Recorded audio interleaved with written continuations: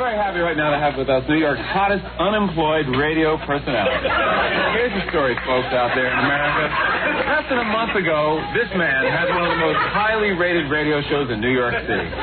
Thoughtfully irreverent, honest and acerbic, it was only right that he got fired. Please welcome the man who thinks that making a great big stink is the spice of life, Howard Stern.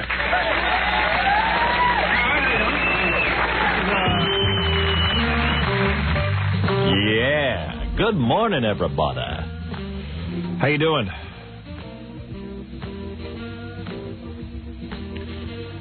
Yeah. Hey, you know, I'm thinking of taking a break here because I got a couple of things to say about the trial and stuff. And rather than start and be interrupted, let me take a short break and we'll come right back. Good morning. It's good morning. Okay. It's the Howard Stern Show. Here's Howard. Fa fooey. Fa fooey. Papa Pohai. Yeah. We were having an interesting conversation in here. Oh, yeah? What was it about? We were talking about high school teachers who have sex with their students. None of that. None of you had that experience.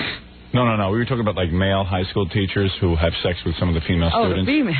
And, like, you know, Gary was saying he knew, like, you know, females, like, who were, like, you know, had C cups and they were in, you know, 9th grade. Sure. You know, and they were real attractive and stuff. And I was talking about how when I was a camp counselor, I took a group of kids out west. I was about 20 years old, and my campers were 15 and 16. You stayed with that camp thing a long time. Yeah, I took them out west. I went on a cross-country trip, and I took 40 kids cross-country in a bus. Wow. And, like, some of the girls were really hot, and some of them had, like, little crushes on me. Because, you know, I was, like, the older guy who was in charge. At that point, yeah, you were a man. Yeah, and I said, I must have real high morality because I was attracted to a lot of them. I mean, I used to look them over and stuff, but at the same point, I would never even consider having sex with any of them. You question the level of your morality? No, I was just explaining to the guys how my morality, because then Gary said he had sex with some interns when he was, you know, first working with us. But he was like 25 years old, and a lot of them were around 22. Gary wasn't 25. Yeah, he was. Sure he was. Really? When he first started with us, he was a young boy. I thought he was like 22, 23. I was 25 when I dated the interns. I was like 23 when I started. Yeah, right. Yeah, when he was 25, he dated some interns, but they were like around 22. So I said, yeah, I guess that's cool. That's not bad. Yeah, I said, that's cool, but... But still, you're in a position of authority where they work for you. They weren't my interns, by the way. You know what I mean? They were interns at the station, but they didn't work for me. Yeah, I said, I don't know. I said, that's iffy. Right. I said it was iffy, but then I said, again, if I was single, I would have been dating Scott's intern, Christine. I would have asked her out. The tall one with the belly ring? Yeah. Yeah, I know who you're talking about. I would have had to go out with her. Think about the positioning. Now, you're talking about now, when you're 40-something years old. That's right. 40 years old with a 22-year-old girlfriend. Nothing wrong with it. Hey, come on. Your morality has changed. She was very mature. Morality.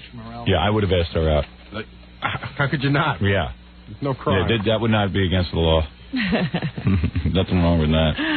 She was tall. Oh, she was cute, man. Then you could wind up on the talk shows. Like, what was I watching the other day? Yeah, that'd be great. Yeah. Where the wife was in her 20s and the guy was in his 40s and he was always tired and she couldn't get enough sex. Yeah, well, believe me, I'm in pretty good shape for that. For sex, I'm in good shape.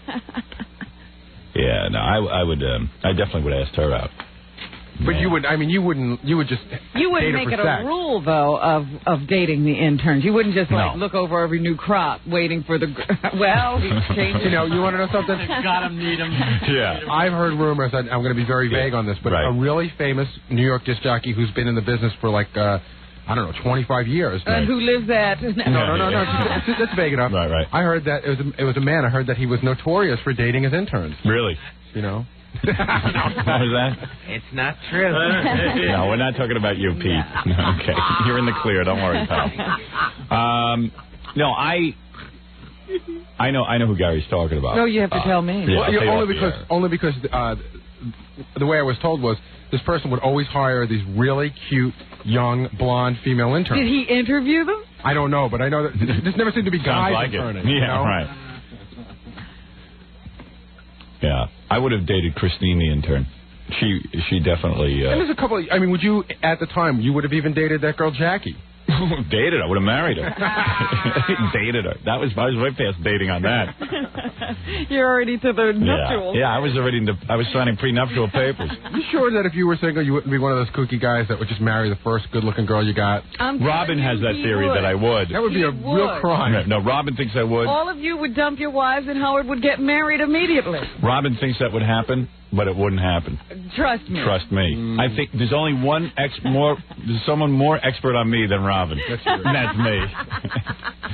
I've asked myself that question many times. I could see you would fall into it so fast you wouldn't even know what hit you. Think so, huh? Mm-hmm. No. I'd love to find out. Nobody's going to give you that chance. No. So, you watched the OJ trial? Of course. All right, let's move on to another topic. Did you, no.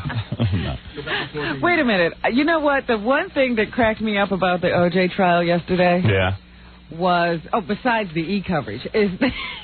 Oh, you watched E? Yes. What'd they do? Talk about clothing? Well, they were hearkening back to movie references. Right. Every movie reference they had to look up and explain. Right. Judge Ito mentioned Rodney Dangerfield, and this is a very Hollywood trial, is it? He mentioned Rodney Dangerfield, and yesterday Marcia Clark brought up Jurassic Park. Did they show clips? They should have shown clips during it, Every break. Yeah. This is such a Hollywood trial. Yeah. See, but I would rather hear that kind of commentary than the boring commentary on CNN. But they have nothing to say about it, really. They're Right. going to repeat to you 5,000 times that Jack Nicholson was the bad guy in A Few Good Men. Yeah, but anyway, go ahead. So anyway, they put that big picture up of OJ with his daughter. It was like huge, and they had it on an easel, and it sat there the whole time. And quite frankly, every time they flashed to it, OJ was bending over and he was handing some flowers to his daughter, and he had his arms wrapped around her, and she has a strange look on her face. And I said, I don't know if this is good for OJ because it looks like he's trying to kidnap her. I just thought it was a very strange I don't know what you're photo. talking about. You didn't see that picture? No. They had this huge... You didn't watch. No, I watched it. I guess I just missed it. Yeah. It was sitting right next to... Over in a corner, and every time they panned, you could see this huge photo. Looks like OJ trying to kidnap his daughter. Yeah. Oh, I get you. And it looked like he was spiriting her away. You know who's really hot? Is OJ's older black daughter, Arnell. God, she's a piece of ass. They should let me do the commentary one day on E. Hey, can we get a better shot of Arnell? Yeah. Let's see. You know, I know the camera's locked down, but do you think we could zero in on Arnell and what she's up to at this point? That was kind of frustrating with the lockdown camera because you couldn't watch OJ during the proceedings. You also can't see the other families anymore. Yeah. All you can see is OJ's family, quite frankly. You get a good shot of OJ's mother. Yeah, Ito really ruined it. And everyone's saying, who cares if the jury is shown? What is the point? It's not a trial like a mafioso trial where they go and hunt down the jury. Who is looking for this jury? Yeah, no one's looking for this jury. In fact, the jury would probably like it if they were on TV because it'll help them with their booking deals after the trial. Do you know that they've also put a sort of gag order on the jury for 90 days? They can't do anything like television and book deals after the trial is over. Judge Ito wants his shot. Yeah, Judge Ito needs to talk about all his stuff. Judge Ito wants to talk, and then he'll have everyone else talk. But the big news today is, remember the guy who was objecting all day yesterday? Yeah. He had chest pains. Well, you know why. He's trying to slow down the... you think they would go to the hospital? They'd go through the whole ruse of going into the hospital and the whole thing just to slow down the trial and get a postponement? Absolutely. Absolutely. Lawyers will do whatever they have to do to get the job done. I think the guy's name is Hodgman. They say he had to... Is it Hodgman or Hedgman? It's Hodgman. Is it Hodgman? Yeah. I think that they said he... Just call him the white guy on the prosecution. There's a white guy, a black guy, and a woman. Yeah. So anyway, he apparently suffered some chest pain during the meeting between all the lawyers and Judge Ito after the jury had been dismissed, and they had to take him to the hospital. So what does that mean? Are they going to postpone the trial? Well, I heard Gil Garcetti, the district attorney, say that they were thinking of asking for a postponement pending the outcome of his test. Right. Well, I'll tell you something. Like Johnny Cochran is smooth and everything. Everyone's talking about, he's much more interesting than the other people, and he doesn't. Well, he did act like he was talking to a group of jurors and tried to persuade them of something. And he doesn't, appear to be reading from a piece of paper or anything like that. So, that's like high marks for him. But it is pretty funny because everyone still knows OJ did it, and yet they're all trying to say, how persuasive he was, and it's real weird too how he persuades people. He goes, well. I'm going to tell you something. The police, when they collected Nicole's underpants and panties, they put them in the same bag. You see? And you go, yeah. So? And I got to tell you something else. There were 4 guys out there that night. We dug up somebody who said they saw 4 guys. And I'm going to tell you something. It was probably 4 guys who killed OJ and Nicole and Ron. It was probably Ron's high school teacher. Now stop that. It's like wacky things that come out of this guy's mouth, and everyone's going, it's persuasive. Wacky, yeah. But the point is that a jury has to decide the case. Yeah. Not in terms of whether this one's right or that one's wrong. If they find that there's a reasonable doubt about any of the testimony, then OJ's off. Yeah. All he has to do is get one juror, and he's got a hung jury. Yeah, well, I don't know. OJ's got a star over his head. He's got luck. I mean, it's like I saw like a lot of educated commentators sitting there going, wow, I'm really starting to doubt this whole case. And I'm like, whoa. It's not about doubting the case, though. It's about how well their case will stand up against the defense's attack on it. Yeah, well. And that's what people don't realize about the law. Yeah. It's not about whether basically OJ's guilty. Right. It's about what these two groups present. Yeah, well, all I can tell you is...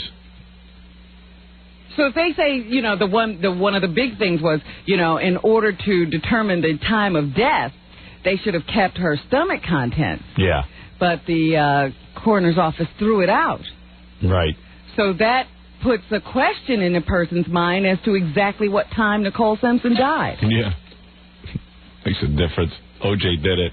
That's how a jury has to decide. What I would do is I would go up to the jury and just say, look, OJ did it, right? They're going to give you a lot of crap. They're going to tell you this and that. They messed up on the investigation. Yeah, you know what? Collecting other evidence. Think about it. Would you know to keep somebody's vomit inside a bag? You know what I mean? Like, there's no rule book on this. So look, here's the deal.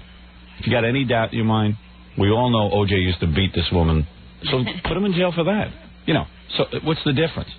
Well, see, there again, you're skirting the law. Yeah, the law is OJ is on trial. There's no such thing as law. It's a matter of conviction. Well, I'll tell you what the law says. You can go on about that all you want.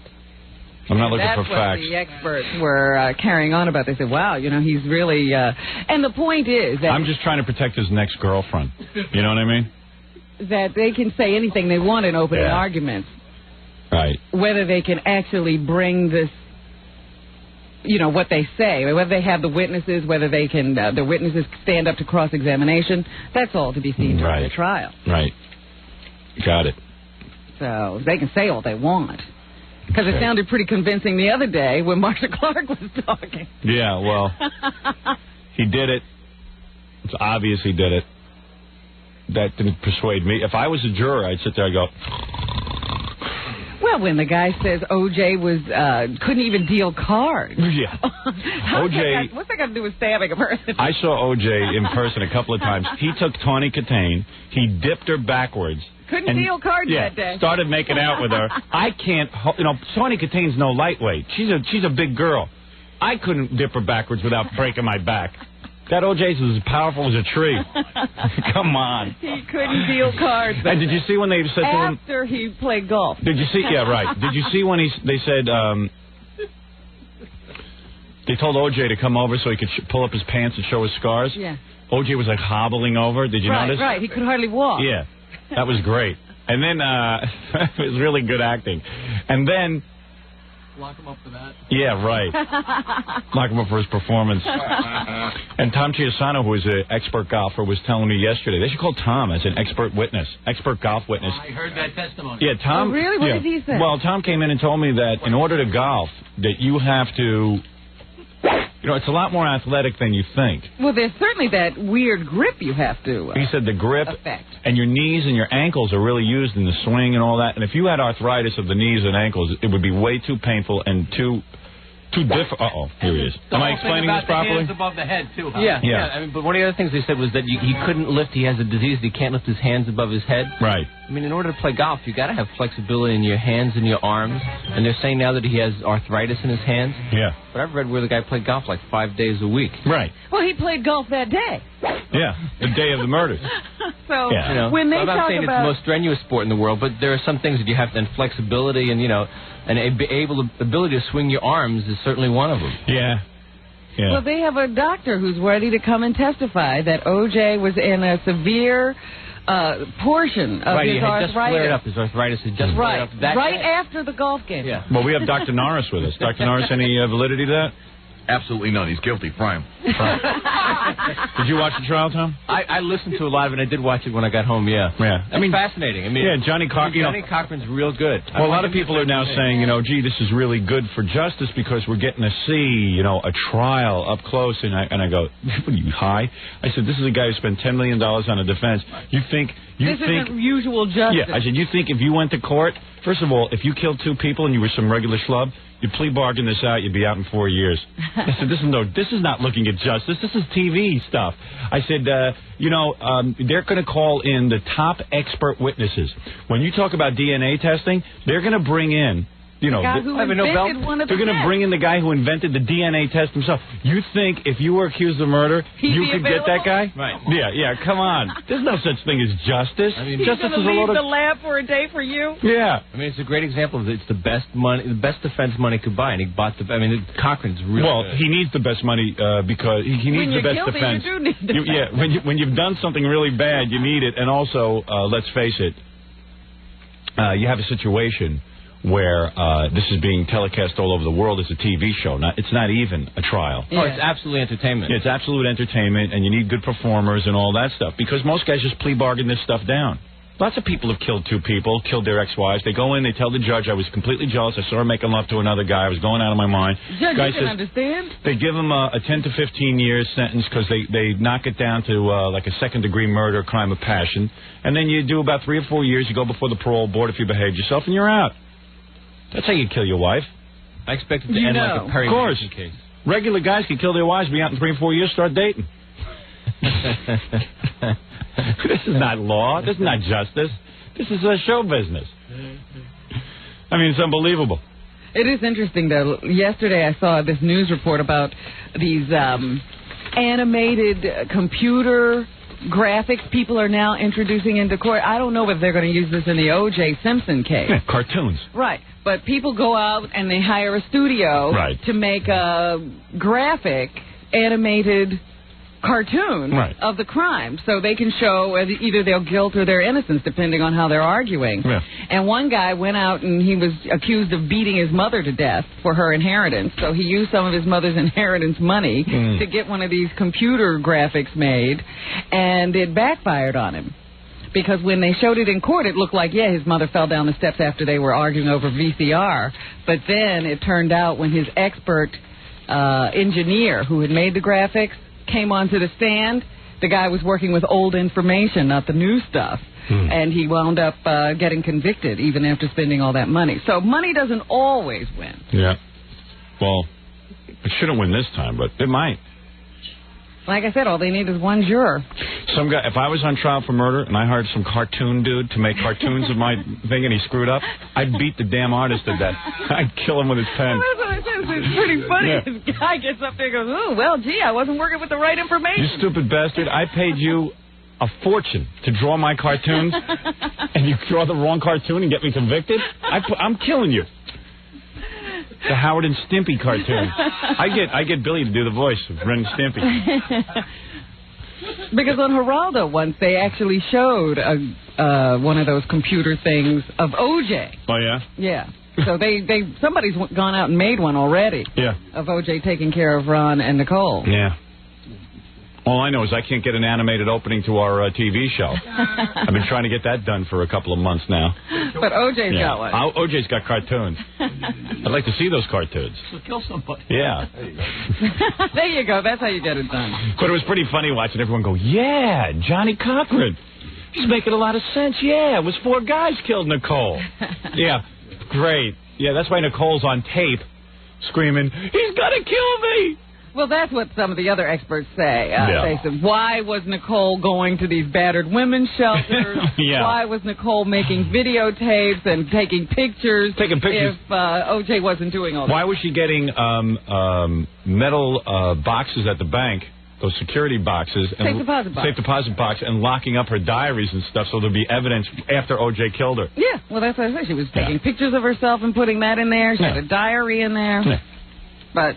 hey, 4 guys were walking around the neighborhood that night. No, actually, she was killed by a racist cop or something. No, she was killed by 4 wild guys, and then the racist cop came over and quickly got O.J. Framed. It was awfully interesting to me. You know, I hate to think this way. Yeah. But when I saw the 2 witnesses, one is this little old maid. Yeah, I saw that. Well, you know, the defense has already, the prosecution has already explained all that. Do you know that? No. Remember that Johnny Cochran got up there? This is why it's all a load of crap. You know, you got to use you hope that these jurors have more than an ounce of brain power. Yeah, I know. So jurors, Howard. People who have time to sit on a jury for 6 months. There's some little old maid who looks like she's been in this country for a week, who says she saw O.J.'s car parked out there the whole time. Now, why would you be looking out your window and noticing that car? You're the maid. You're busy. All right. But let's say, first of all, that night, AC was worried about his pal O.J. Do you know they had matching identical Broncos? Yes, absolutely. And AC went by, according to this article I read, AC went by O.J.'s house to check on his buddy because he was real concerned because he kept calling there and didn't get him. So he went and parked his Bronco out there. But also I thought to myself, why wouldn't this woman want to testify for O.J.? Well, yeah. Come on, you save O.J. Simpson's life. Yeah. What does it mean to you? Right. They've already talked about how generous he is. Yeah. Hey, throw a little of that my way. I saw you too that night. Yeah. I'm not casting aspersions. It just seems like it's very convenient that it's a maid, not the people who own the house. Right. Well, they were out of town. She can't remember, she hardly knows English, but she can remember the color and make of a car at that time. And where it was parked. And I don't know where things are parked around my neighborhood. I've never once looked out and noticed where everyone's car is at what time. I don't buy it either. But okay. That's an awfully thin thread. Yeah. Let me remember that in case there's a murder. Yeah. Go around tracking everything. You're walking around making diagrams of the neighborhood just in case something happens. And we got a lot of stuff happening today, aside from the O.J. case, which we have just analyzed. Mr. O.J.'s still guilty. Don't anyone get nervous. Like maybe, oh, my God, there's new evidence. And, I never looked at things that way because most people are so stupid that whatever argument they hear last, they just fall for. That's exactly how it goes. Yeah. And Johnny Cochran is clearly a far superior attorney? Actor. Okay. Than these other 2. Well, I'll tell you one thing. When Johnny Cochran was talking, I said, well, this seems like L.A. law to me. Yeah, because it's interesting. At least you're interested. It's not dull and boring. The guy has a presentation. Well, that's how it always looks on TV. Right. The 2 lawyers are always well prepared. Right. And they really work the jury. At $700 an hour, he better be well prepared. You know what I mean? If he's not well prepared, then you know what? I would take back all that money. If I was O.J., I'd get up and stab him if he did a bad job. Yeah. I'm going to get you. With my retainer. Oh, man. Arnold Schwarzenegger doesn't make $750 an hour when he works on a movie. And he's the biggest box office star in the world. But those other 2, they seem like bad college professors, the kind that just sort of drone on. They don't care that the class is sleeping. Well, everyone agreed. They've been working on the case for 7 months. Do you really have to read every word out of a book? When you got up and made presentations to your class, if you made a presentation and just read to them from a piece of paper, as opposed to standing up there and having a command of the facts, already you're doing better. Yeah. You know, come on, put a little effort into it. Well, that's why they're $30,000 a year lawyers, because they don't put that much effort into stuff. Guys who put a lot of effort into it get paid for it. They were even pointing out that Johnny Cochran had gone home and worked last night, the night before, because he was using all these terms that Marcia Clark had used. Yeah, right. In his opening statement. Yeah, like he did a little homework. Yeah, probably took him 10 minutes. And revised, since he had a little more time. Yeah, because he wants to make a good living. He's actually motivated. But he's pretty slick. And I pictured all the black women on the jury going, that is a slick black man. You know what I mean, didn't you guys? I was just like, yeah. Because he's kind of like a preacher, you know? Well, I'll tell you, that doesn't work in your your detriment. No. The jury starts to fall in love with Johnny Cochran. Remember in the William Kennedy Smith trial, one of the jurors started dating the lawyer. That's right. That's exactly right. So, look at that fine black man. Look at that. Look how proud. Forget OJ. Let me see your legs. Yeah. Hey, pull up your pants. Look at that fine black brother. Look how he has pulled himself up. OJ's going up the river. What are you doing? And each black guy who gets up there, because Darnell from yesterday, Darden, he said, I'm from Louisiana, and I pull myself up from the bootstraps. Right, they got to give their credentials. And then Johnny was like, yes, I understand Darnell is from there, but I happen to be from deepest part of Louisiana, where a black man could be hung just for looking the wrong way. Imagine that. I had it worse. Yeah. I could have sworn I heard one black, because there's 6 black females on there, and I heard one of them go, tell it, say it. I heard it, I'm telling you. One fainted. She just couldn't take it anymore. She couldn't take it. That Johnny Cochran. Now, that is my idea of a black man. Now, that's what every brother should aspire to be. Now, he just made a point. You can't disqualify any point Johnny made. Just about Johnny boy. He's sexy, too. Look at that.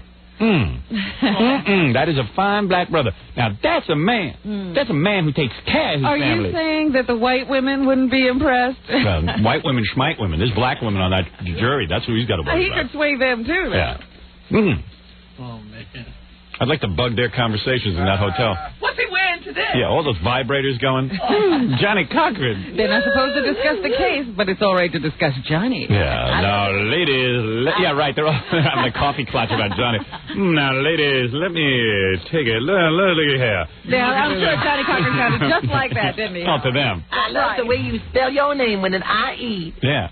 Johnny. What cracks me up is everybody referring to Johnny. It sounds like they're talking about a little boy when they actually. Johnny. Well, Johnny, really? Johnny can read. Yeah, how about becoming John? Yeah, at your age. Johnny. That Johnny is a fine man. Now, they say our people can't aspire. None of these here white lawyers speak as good as Johnny. Say it. And he is good. Look at that suit. Yes, that is a fine brother. That's the way all brothers should dress. Yes, sir. Ooh, there's OJ's underwear. Now, you ladies of the jury looking especially fine today, so I would like to make a special presentation. Oh, Johnny. Say it. They're in a trance. Yeah, trance hypnotized. Let me show you my ensemble. Yeah. Now, I'm going to have OJ come over here and pull his pants up for you girls. See, model for you. Model for you. Model his knees for you. All right, let's take a break. We'll come back and talk some more. We have a lot of exciting things going on. We have Baba Fooey tells me we have a surprise guest coming by at 7:15. A surprise? Are we playing mystery guest? Oh, you know about it? Oh, yeah. Real good. Is it a mystery guest, Fred, or is it a surprise guest? Surprise guest. So we're not going to be blindfolded. I don't think there's any need for that. Really? Well, what category would this guest fall into? No clues. No It'll clues. be great. You know who it is too, Jackie? Yeah, I know. No, it's great. Is it great? Papa Fooey outdid himself. Okay. I can't wait. Well, if it's not a mystery guest, why didn't Fafa Fooey tell me who it is so I can think he wants it to be a surprise in total. It's a situation. It's a situation. And I'll say no more. All right. Who have we been on the outs with who could be coming in? Kathy Lee. Now that, I would say that Gary deserves a huge fat raise. Right. No guessing. If he made that happen. Might be Kathy Lee because she has to get up early and tape the show? Hey, look, Fred's laughing. Am I right? Is it Kathy Lee? No. Should I make my announcement that people shouldn't say Howard during the Kathy Lee thing? Yes. All right. Listen, I think it's wrong, but I just want to make sure people don't do this. We have many fans in Miami. We have many fans in San Francisco. We have fans from all over the country who are going to the Super Bowl. And there's been, people faxing me saying that during the singing of the national anthem by Kathy Lee Gifford, people were going to start chanting Howard, Howard, Howard, which would cause a disruption of the national anthem. I don't think that's right. Well, you can't stop people if they really want to do it, and it really isn't your responsibility. I don't know why you're even bringing it up. Well, I just think it would be awful if that should happen, and Al Michaels will be doing the commentary, and he would have to comment on it, and Gifford would be doing the commentary, Frank Gifford. And I feel bad for them because Frank is already having to defend her, and she hasn't sang one note yet. Right. So if all of a sudden having a very difficult time. All of a sudden, if the whole stadium was chanting Howard, it would be worldwide news, wouldn't it? And it would detract from Kathy Lee. It would ruin her moment. Right. We wouldn't want that. Well, you've turned over a new leaf this year. Right. Is this a mystery guest coming in at 7:15? No, it's not. So why aren't you telling me? Because I'm going to surprise you. Yeah? Yeah. It's going to work out. It'll be fine. Yeah. Okay. But I'm working on something, Robin, that's almost Kathy Lee caliber. That I will go down as legend if I pull this off. Oh, I wonder what that is. And maybe it's Pat Cooper coming by at 7:15. Who wants to come in and just say hi and apologize to me. Don't hold your breath for that. Yeah, right. I love you, Michael. Gee, you never said that before. Well, I might never say it again. All right, let's take a break, and we'll be back right after these. It's the Howard Stern Show. Here's Howard. All right. I got to move the show along today because we have many guests coming by. Also, Sophie B Hawkins is coming by. You know who she is? I've heard the name of her singer, right? Yeah, she's real cute, and she does that song, Ooh, I Wish I Was Your Lover. That one? You know that song? No. You know that. Yes, you do. When she sings it, you'll know it. I'm just doing a bad job with it. Oh, okay. Is that why I can't recognize it? Yeah. How old is she? How come I'm seeing everybody's face? How come I have to look at Jackie and Fred now every morning? I don't know. Ever since we did the TV show, everyone's too bright. I look at Fred and I look at Jackie. I just want to look at Robin. There's lights on us. No, it's not the lights. I used to have a setup. I don't know what happened. Fred, I never used to see Fred's face, and now I see it all the time. Maybe they took down those things you had up. They gave me a higher. They do it every day. I go through this. I can't get a setup. Because the cameras are trying to catch them. All right, now I can't see Fred. Okay. And all I can see is the top of Jackie's balding head. Okay. All right. That's better. Now I'm fine. You look to be sitting higher yourself. Yeah, maybe that's it. I don't know. I don't know what's going on. Here, let me see if I can. What? There you go. Yeah, but it's ridiculous. I can barely see you. All right, I'll stay down here. I still see Jackie. They gave me a higher chair. Yeah, I don't know. Can we get the lower chair? Come on, huh? For crying out loud. For God's sakes, I'm so annoyed. Every day it's a different setup in here. People don't understand the tension I'm under. You can't take all these. Now I'm sitting. I can't even see anything. Look like you're sitting in a Jackie, just get a low chair. You used to have a low chair. These chairs are all the same. They went and bought new ones. Yeah, they did me a favor. Well, lower your chairs, guys. They're stationary. They don't move. You know, find a chair, then sit on the floor. Get a welding gun. All right, I mentioned Kathy Lee. I don't know why, but they say that she's getting a lot of needling in the press. I guess this Barbara Streisand story is really bothering her. Well, yeah, and also, I mean, that Christmas special didn't really... didn't help the situation at all? Yeah. But Frank is now coming out and saying, his wife has a beautiful voice. Yeah. And she'll do a fine job. I'm thinking to myself, who said she wouldn't? Yeah. What are you getting so uptight about, you old fool? So, yesterday in our office, I want to thank the guy who sent that lesbian... Oh, set up in here is going to make me kill somebody. You're going to be like OJ? Yeah. Thank you. All of a sudden go crazy? Yeah. We're really into the 20th century here, the 21st century. People are communicating over modems, and I got a little piece of paper flying all over, and I can't see anybody, and I got a setup that changes every day. I can't get everything right. How come we don't have computers? Oh, I have my own computer, because if you buy one, you'll have one. We can't update this place. No, you should be able to... Oh, please, Bob, don't go into it. You're going to get me nuts, all right? Don't feed into it. Don't feed into the pressure that I'm feeling today. I'm sorry. Try to level me out a little. Try and calm me down. That's supposed to be your role. Everything's fine. I don't know why you're complaining. This is a wonderful studio. Yeah, thank you. Jackie's gorgeous. Why wouldn't you want to look at him? Look at his bald head. Yesterday, first of all, we watched some videotapes back in the office. People like to send us videotape, but this was stellar. This guy... I missed the videotape yesterday. Oh, you didn't see it? No. Oh. This guy sent a videotape. This one you won't care about that you missed, but he was in a hotel room, and I don't know if he hired... Is this a homemade thing? Yeah, I don't know if he hired these girls. I don't know if they were friends of his, but one girl was French, and the other one was these two really beautiful girls. Gets them in the hotel room, and they do a lesbian thing for 23 minutes. You watched the whole thing from start to finish. We hardly fast forwarded. And we were all sitting there totally captivated by these two lesbians. You want to know how good it was? Here's a first. Jackie has graciously offered to take it back to Jokeland and make copies for everyone on the show. Really? But are we going to see it, or is he just going to keep it? No. We're going to get copies. Because personally, I could do the same thing. So, it would be nice if Jackie... No, don't give it to me. Because he won't do it either. It'd be nice but Jackie is known to take things and then never make copies. So he'll do it. 3 years later, he'll show up with that beach bag and go, hey, remember this tape? Guy. Actually, his exact words were, how long is it? I said 23 minutes. Good, because I got a bunch of 30-minute tapes I got to get rid of. Yeah. Jackie, I don't mind if you take it and you make a copy. I'd like a copy. I don't want it. All right, I'll just take it for myself then. Okay. Thank you. It was, we've seen everything. You challenge Jackie on something and he's like, I don't want it. No one trusts me. Yeah. No, that's never happened before where you've taken tape and said you're going to make copies and then you never do. No, it's never happened. Okay. All right. Gary that. All right. I'll ask Gary that. For me personally, the 2 times I asked him, he brought him right back. Yeah. Way to play with it, Gary. Stupid ass. Dumb ass. Big tooth bastard. Big smelly.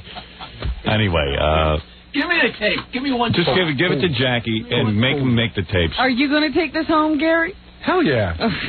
It's really hot. Show it to Jackson. It is really hot. It is the hottest thing. You know why? What were they doing? They're not porno. They're not actors. Like, maybe they were. I don't know. But they weren't. They didn't appear to be acting. It was like the real thing. Regular girls. Yeah. But they were real pretty. They might have been strippers, or something like that. But they didn't look like porno stars. Was he directing them, or did they just fall into it? No, they did their own thing, and he just watched. And once in a while, he'd say some stuff to me. Hey, Howard, look at this. And then he'd go, Garr. Oh, so they were doing it for you. Yeah. But Robin, Howard... You know what? I don't even know that this guy was in the room while they shot it, because it sounded like he got a hold of the tape and then he just dubbed in some voiceover. So you don't know what was going on, but all I know, it was like a really hot tape. Then we watched... This guy sent us a tape of his band. Yeah. The band is called Schizo Vomitorium. This band gets this. I got to go see these guys. If they're playing anywhere, I'd like to go see them. Was the music good, No. Howard? Oh. I don't know. I don't even know if the music was good. It might have been. This guy gets up on stage, okay, and he's playing the electric guitar, and then he brings a girl up from the audience. He pukes all over her, and I mean at will. And at first I thought this has got to be rigged in some way. But someone else was telling me he knows a guy who can puke at will also. Oh, yeah, that's possible. Yeah. The guy, he does a weird thing with his tongue. He starts going, and then he just vomits all over this girl. He vomits, then he vomits all over his guitar. Wait a and he vomits, what? He vomited all over the girl, and then he started licking it off. Yeah. And then he vomits on his guitar. It's unbelievable. And once it's like really full, he pours it back like over his head and into his mouth. Yeah, it was wild. You got to see it. He vomited into another band member's mouth. Right. Oh, boy. Well, but he vomited recycling a little too far. But the guy vomited green paint. Yeah, that was weird. That was just on one occasion. So he's obviously drinking things before the show. Yeah. For their color. And he really vomits. If it's an act, it's a pretty good act. If it's an That was so disgusting. Gary, did you see it? Yeah, Gary brings me. Is that fake vomit in any way, or? Yeah, that's what Gary asked me. He goes, "Is this a special effect?" And I'm looking at it, and he showed me one clip of it, and I'm like, "Well, I'm not sure. Maybe he could rig something up." And he shows me another clip of it. It's full frontal. Everything just pours out. Yeah. I almost threw up. I started gagging. Really? I liked it. I'm sitting there with my oatmeal. I found it like it's the next step after 9 Inch Nails. You know what I mean? You know what's weird, though? A funny thing with Jackie, of all the disgusting things Jackie's done in his entire life. Yeah, right. That when somebody vomits, Jackie turns red, goes in the corner, and starts holding onto his throat. Yeah, I know. Jackie goes. He really starts to have dry heaves. I get dry heaves. Yeah. I just. He starts to There you go, Jackie. I tell you, it was amazing. I like to go see these guys play. Yeah, but not in the front row. No. Well, was the girl a part of the act? I don't know. It seemed like they just brought this girl up who was begging him to throw up on her. And he puked all over her, and she loved it. Oh, so she like leaned upset. back No. and was like rubbing it on herself. I always wondered what would happen if I sneezed on it. No, I did. And now I know.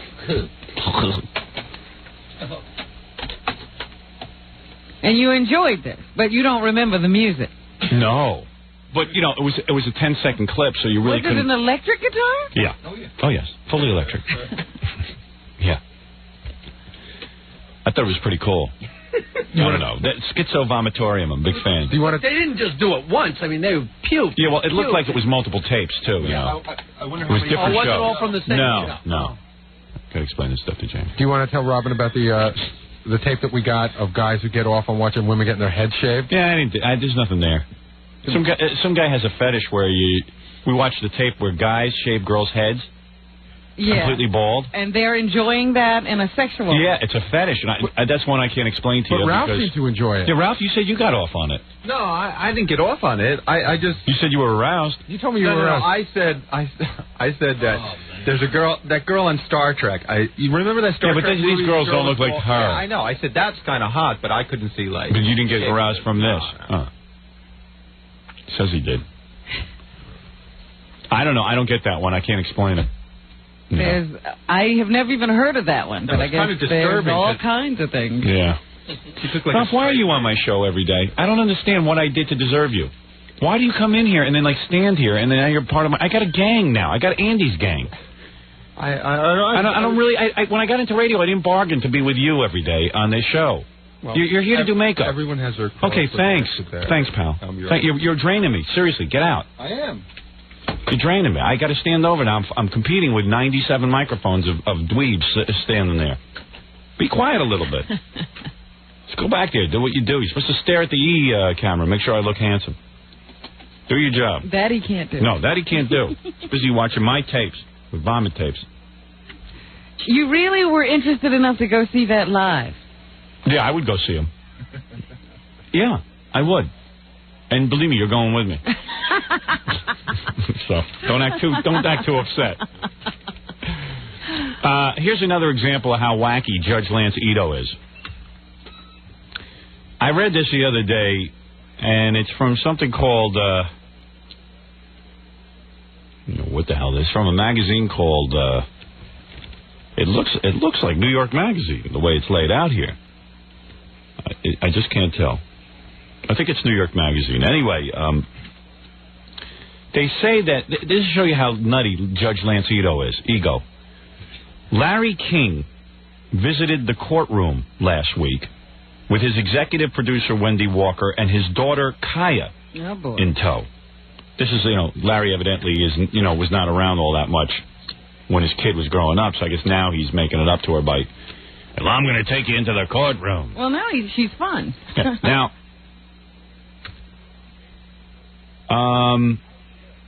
Ito abruptly stopped a hearing for 38 minutes to meet with King in his chambers. Listen to this.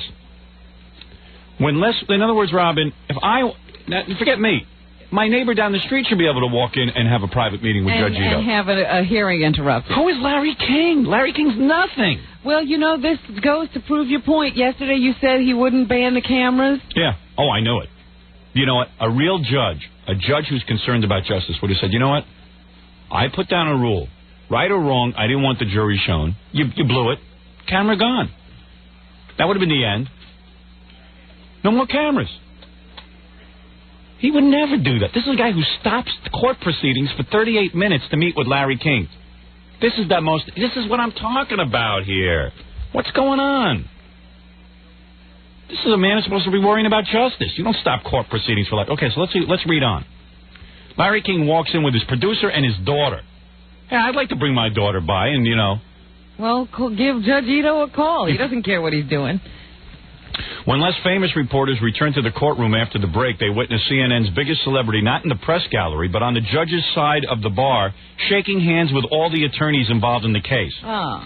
When King tried to shake O.J.'s hand, however, a reality check was violently imposed. A deputy had to throw himself between King and O.J. to stop him with a bystander, says a bystander. So they were still sitting there. Yeah, listen to this.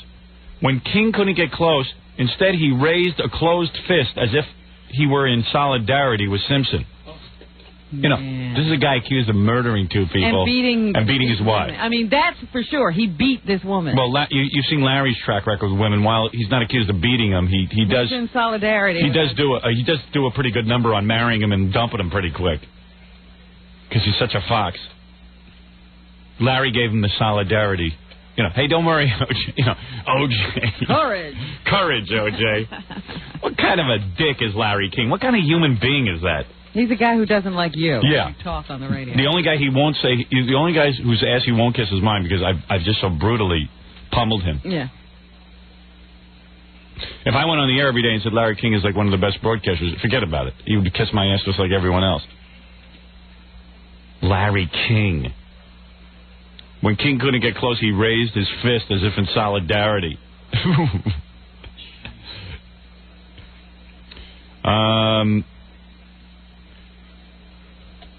Producer Walker says the visit was planned. We thought it would be nice for Larry to meet the principals in the case. Why? The time we waited for Judge Ito was longer than the actual session, so... Oh, I see. No, okay, that's a different story.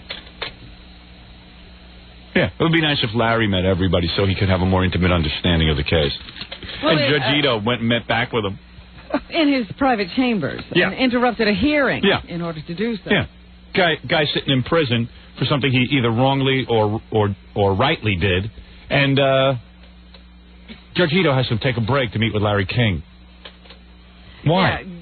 You think this is a guy... OJ would like his time in that prison cell to be as short as possible. Right. That 38 minutes meant a lot to him. Imagine you are an innocent man, which OJ isn't, but imagine you're an innocent man and, you're dying in there. You're dying because you want to get in court and prove yourself.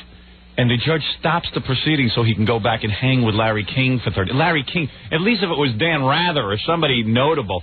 It's Larry King. But it's questionable even in the case of Dan Rather. Of course. It's questionable. The judge shouldn't even be... He goes, I saw one of the defense attorneys get up. That other black guy, not Johnny Cochran, but that other black guy. Yeah, I don't know his name. Who appears to be like Robin to his Batman. He gets up and he says, Your Honor, I know we want to get our opening arguments underway. This is a couple of days ago because the whole world is awaiting. And Judge Ito goes, I don't care about any of all of that. And it's like, sure you do, you dick. He knows what to say liar. on camera. Yeah, I don't care about any of that. The cameras? Which angle am I on right now? What? Which camera am I looking into? Captain Japan. Judge Ego. What is going on, dude? Larry King. 38-minute meeting with Larry King. Oh, I just wanted to come by and say hi and ask how the case was going. And give my support to OJ. Right, I needed to give him the fist sign. Larry King. I don't know. It's like, it doesn't bother anybody but me. Why does that bother me? I don't see anybody writing about it. I don't see anybody commenting on it. Whoever wrote about it for New York Magazine or whatever magazine it was, they seem to be bothered. Yeah, right. But no, you don't. But you don't see screaming headlines. Yeah, I mean that would be like, oh my God, Judge Ego at it again. It's a big joke. Yeah. Well, you can tell that he's following every word that is said about him in the press. Yeah. Because yesterday in court he made the statement, even though I seem to now be the Rodney King of, or the Rodney Dangerfield of judges. Right. I will say.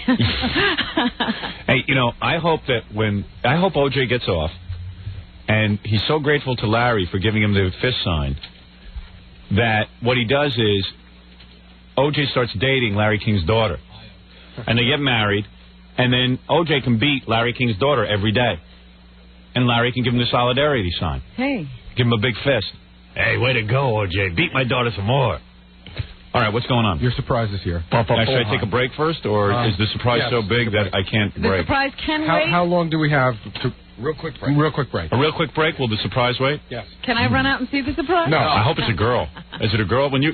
Don't ask questions. All right, Let's all be surprised. All right, we'll take a break. We're back with the Howard Stern Show. All right. Here's Howard. Yeah. All right, Gary has arranged some sort of a surprise. It's not a mystery guest, but someone will now walk through the door. I guess somebody's just going to walk in. There's no build-up, and I suppose we'll know who they are as soon as we look at them. I don't know. Freddie and Jackie said it's somebody good. All right, let me see. I don't know him.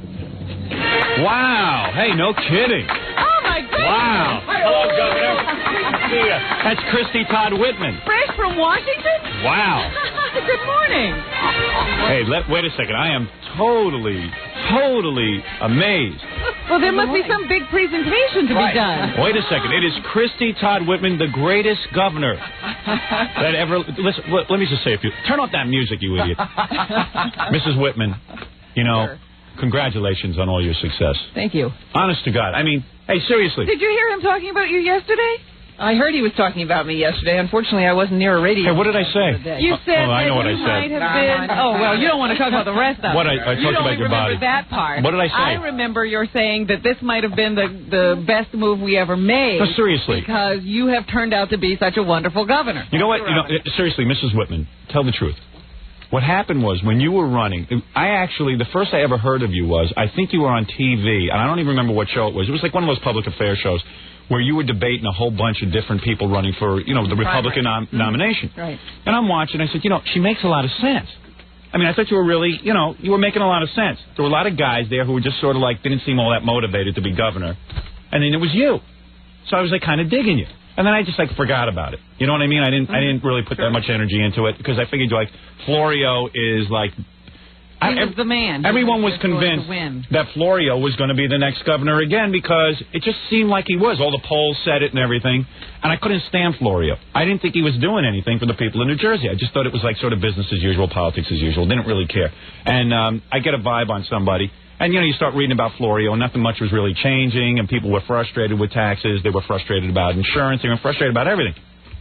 So when the whole campaign started heating up and everything, I still wasn't paying attention. Then you got the nomination, and I was like, I'm not going to pay attention. I'm not going to pay attention. But I got caught up in it. And you were down in the polls. And I just said, you know what? I said, I got to do something here. I got to say something. Because why would you want Florio again? Like, what is the reality of waking up and seeing another couple of years of Florio? So I got involved. And I believe we made a difference. Absolutely. And then everyone said, yeah, she won, but she's not going to do anything. She's just a liar like everyone else, and she's not going to cut taxes, and she's not going to care, blah, blah, blah. And you did it. You did something, right? Wake up over there. You were probably protecting Florio. You couldn't care less, right? These guys. Yeah. Whoever's in office. That's the coolest thing when you become governor. You get Secret Service guys all the time. That is so cool. I would love that. You don't like it? Oh, no, it's great. Do you play cards with these guys? Minute. Oh, they are? Darts. We do darts. Really? Cool.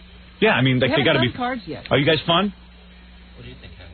Because when I play cards with Senator D'Amato, these guys are there too. His guys are more fun than him. Once you loosen them up. But anyway, congratulations, and now you're going to be Vice President of the United States. I'm very happy where I am. No.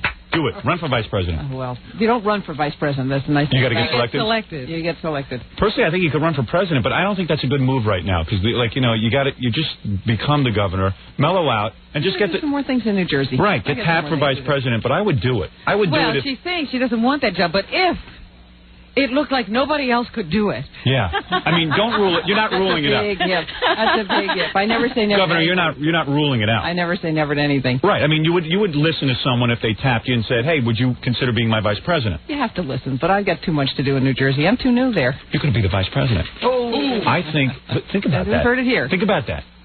Think about that. I'm having too much fun in New Jersey. And then you're going to be the president. You're going to be the first female president of the United States. How about that? What do you think of that? You're on a roll. You got high aspirations for I mean, you're. Hey, you guys see any? I mean, am I wrong? I mean, she's done it. It's possible. Democrats like you. Republicans like you. You're intelligent. Not everybody. Not everybody. You're very feminine, as may I say. As you know, I've never shied away from saying that. Listen, I'm still a man and you're a woman. I mean, you can't. You understand. That's right. That's right. I have a little presentation to make to you, though, Howard. Go ahead, Governor. During the campaign, and you certainly were helpful. I can't tell you how many of your listeners came up to me during and after the campaign. Thank you, Governor. That made a difference to them. Yes. But we talked about naming a rest stop. Well, I have to tell you that things are a little different than what we talked about, but pretty much the same. Okay, go ahead. The New Jersey Turnpike, as you know, is run by an authority, and they franchise out all their rest stops. So that wasn't going to be a possibility. Understood. However, we have a very nice highway called I-295, and that runs down, and it hits your other listening area, 94.1. Right. It gets right in between K-Rock and 94.1, Burlington County. This is the first rest stop on the southbound area that we are dedicating to Howard Stern. Ooh. This is what it's going to look like. Look at that. Are you kidding? Wow, Governor, look at this. Here it is. The governor did promise me that she would name a rest stop after me. It says Howard Stern Rest Stop, dedicated 1995. Now, Governor, let me ask you something, because I don't understand what this means entirely. Does that mean, like, the sign will say the Howard Stern Rest Stop? That's exactly what the sign will look like. It's made out of cast aluminum in a cement monument that's 2 feet high in the front, 3 feet high in the back. Really? No kidding. It's the first rest area. We're dedicating it to you. It's the first rest area of the southbound. Wow, this is... And it's Burlington County there. Wow. It's very Jersey. It really is. Let me see now. Gary, you have documentation? This is like the OJ trial. Right we have charts and graphs. We have charts and graphs. Governor, what are you pointing at here? That's where your monument is going to be. Wow. And there... 295. This is the southbound lane. There are the rest areas. Yes. This is truck stopping here. This is a picnic area all below, right across. Isn't that pleasant? That's now where we're going to have to take that monument's going to be. Wow, so you're saying, that's exactly where my monument will be? That's exactly where it's going to be. Now, what is that? Are you going to sink it into the ground so that it can't be taken out? Governor, may I ask, what is that building over there, that wall? That's the rest stop. That is the actual rest stop? That's the actual rest stop. I see. And all it is toilets, and there's no eating facilities? There are eating facilities there, aren't there? No, they're just rest stop. Just rest stop? Oh, you can bring your own. Oh, I see. Bring your own picnic. Well, isn't this exciting? I mean, I got to tell you something. You are a governor who keeps her word. I mean, you did promise me a rest stop if you won, and you really kept to it. I didn't even expect you ever to keep to it. I can't believe it, Governor. I told you that she would come through. Yep. He was giving up on that idea. I said, I heard that. You following the OJ trial at all? I think I'm one of the few people in this country who could be a juror because I haven't been able to follow. Really? What do you think, innocent or guilty? I stumped the governor. Yeah, you got me on that one. I think he's guilty. I don't care what anyone says. It looks pretty strong. Yeah, it looks pretty strong. The case looks pretty strong, but I hear that the defense arguments yesterday were very compelling. Yeah, well, for $700 an hour, it better be compelling. It's true. Well, you were an attorney, right? No. You were never an attorney? I'm not a lawyer. No. Husband's a lawyer? No. Really? That's why I like you, I think. I can't stand lawyers. I can't stand them. That's what, when you become president, reform the whole damn legal system. You've got to. We're trying to do it in New Jersey. And are you really? Tough enough time. Legislation in. Really? What kind of legislation? Tort reform. Court reform? Tort. Oh, tort reform. I am so for that. That's exactly what you've been calling I've been screaming for that. No. Oh, are you going to be some president? I'm backing you all the way. Let's see if I make it through being governor. I can't believe you did this. This is really very, very nice of you, Governor. I can't wait to see it. We just have a drawing here. This is a rendering of my sign. It'll be done it'll be installed within 2 weeks. And Governor, wow, you are really a governor who takes action. A woman of action. Now, how can you do that in 2 weeks? No one else can seem to do this, but you can do it. This is very exciting to me. Seriously, I've always dreamt of a rest stop that I would drive by with my family and people could relieve themselves while they see my name. I mean, really, that is great. And I'll tell you, Pataki better build a bridge for me because I'm on a roll here. Well, all you asked, he was supposed to appoint you a commissioner. That's going to happen. Right? Yeah. You are a commissioner, aren't you? Yeah, well, I will be very soon, and I have been to the mansion, and I did party with the family, and Pataki, I think, is going to do a good job, too. He's going to do a very good job. He's a big admirer of yours. He's a good guy. Yeah, I really like the guy. Him a lot. He's going to be very good. And so this is it, huh? Yeah. And we finally meet. We finally meet, and I'm happy to be able to give you your rendering. Well, thank you so much, Governor. I can't tell you how well, now thrilled I that am. you have to keep and frame, and we have to hang that somewhere. Oh, absolutely. And you even autographed it. Yes. Said thank you. Can you believe how your star is rising? Are you freaking out? I mean, how did you get tapped to give that rebuttal speech after the State of the Union address? Well, that's because I'm not one of the wannabes, which is nice. What do you mean? There are a bunch of other governors that really would like to do something more, and I'm happy where I am. So they didn't. So everybody feels safe. Right, exactly. They didn't. Nobody goes to congressman. Yeah. Yes, actually, this is the first time a governor's ever done it, and the first time it's ever done outside of Washington D.C. Wow. See, it's like a boys' club. So these guys, they see a woman, governor. Oh, she can do. Let her do. Meanwhile, you're slipping in. You'll end up being the vice president and then the president. You pass them all by. You're going to pass them all by while they're sitting there saying, "Oh, she's no threat." Kind of funny. And then you did a good job with that. You made Clinton look bad because he droned on for like an hour and 25 minutes. Yeah, that was great when you got up and said you didn't want equal time. Right. I figured everybody was going to really freak out if I said I demand equal time. At any point, will you dump politics and go into show business like Judge Ito? Or will you stick with politics? I'm happy where I am. You really are. I love it. It's a great job. Is it really? How long? People like you. I mean, look at the kinds of things I get. And you seem to be pretty relaxed with it. You know, sometimes it goes to your head, and people have that imperial attitude. No, I'm just waiting for the other shoe to drop. I mean, I hear enough people who say the bad things. It's okay. And some people, the pressure gets them when they age and stuff, and you seem to be getting younger. Thank you, sir. Flattery. Get you everywhere. Yeah. Get you everywhere. No, but yeah, you're handling it very well. Oh, thank you. These guys scare me, I swear to God. Yeah, you have to hang around with them all day. I know them too well. Yeah, right. No, they're okay. All right, take it easy, you guys, will you? Okay, thank All right, you now very listen, much. Governor. Yes, sir. May I shake your hand goodbye? Absolutely. You know, she has a very busy schedule. This was a big deal Oh, really? for her to drop by here. What's your busy schedule? She's the governor. Oh, I mean, like what else you have? A bunch of things. All I can tell you, because I know I have go to an interview, do a bunch of things here in New York, then back out to New Jersey, end up tonight with a televised town meeting on the budget. Oh, really? Mm-hmm. Have you met any cool people since you became governor, like celebrities? Oh, she hangs out at cool parties. Oh, do you? Here. No, but forget about me. I'm barely a celebrity. I'm saying, like, right. do you meet any cool people, like Richard Gere or something? I haven't met him. We stumble into people from time to time. Do you? Meet a lot of neat people, though, just on the street. Oh, those are the worst people. You don't know. You could have met them anyway. Yeah, right. But, all right, Governor, I'll shake your hand. I'm not going to kiss you goodbye or anything because that would be inappropriate, right? Wouldn't it? We'll shake hands. Yeah, okay. Well, thanks, Governor. I can't thank you enough. That's really nice. Hey, thanks, you guys. Hey, that's pretty good. We're going to take a break. We'll be back. That's the governor, Governor Whitman. Yes. Wow. What do you say? Let's talk about it. Let's talk behind the governor's back when she leaves. I can't believe she has to I'm shake really Jackie shocked. Let me talk. I'll be nice. Don't worry. You shake Jackie's hand? You don't have to shake Jackie's hand. Governor, I'm behind you. Remember, I'm there for you. That's the governor. Yes. Well, you could have gotten off the air, so I could have actually said. All right, come on, let's go. Hey, let's go off the air and let's go kiss her ass a little bit. Come on, that can only help us. Come on. It's the Howard Stern Show. Well, there it is.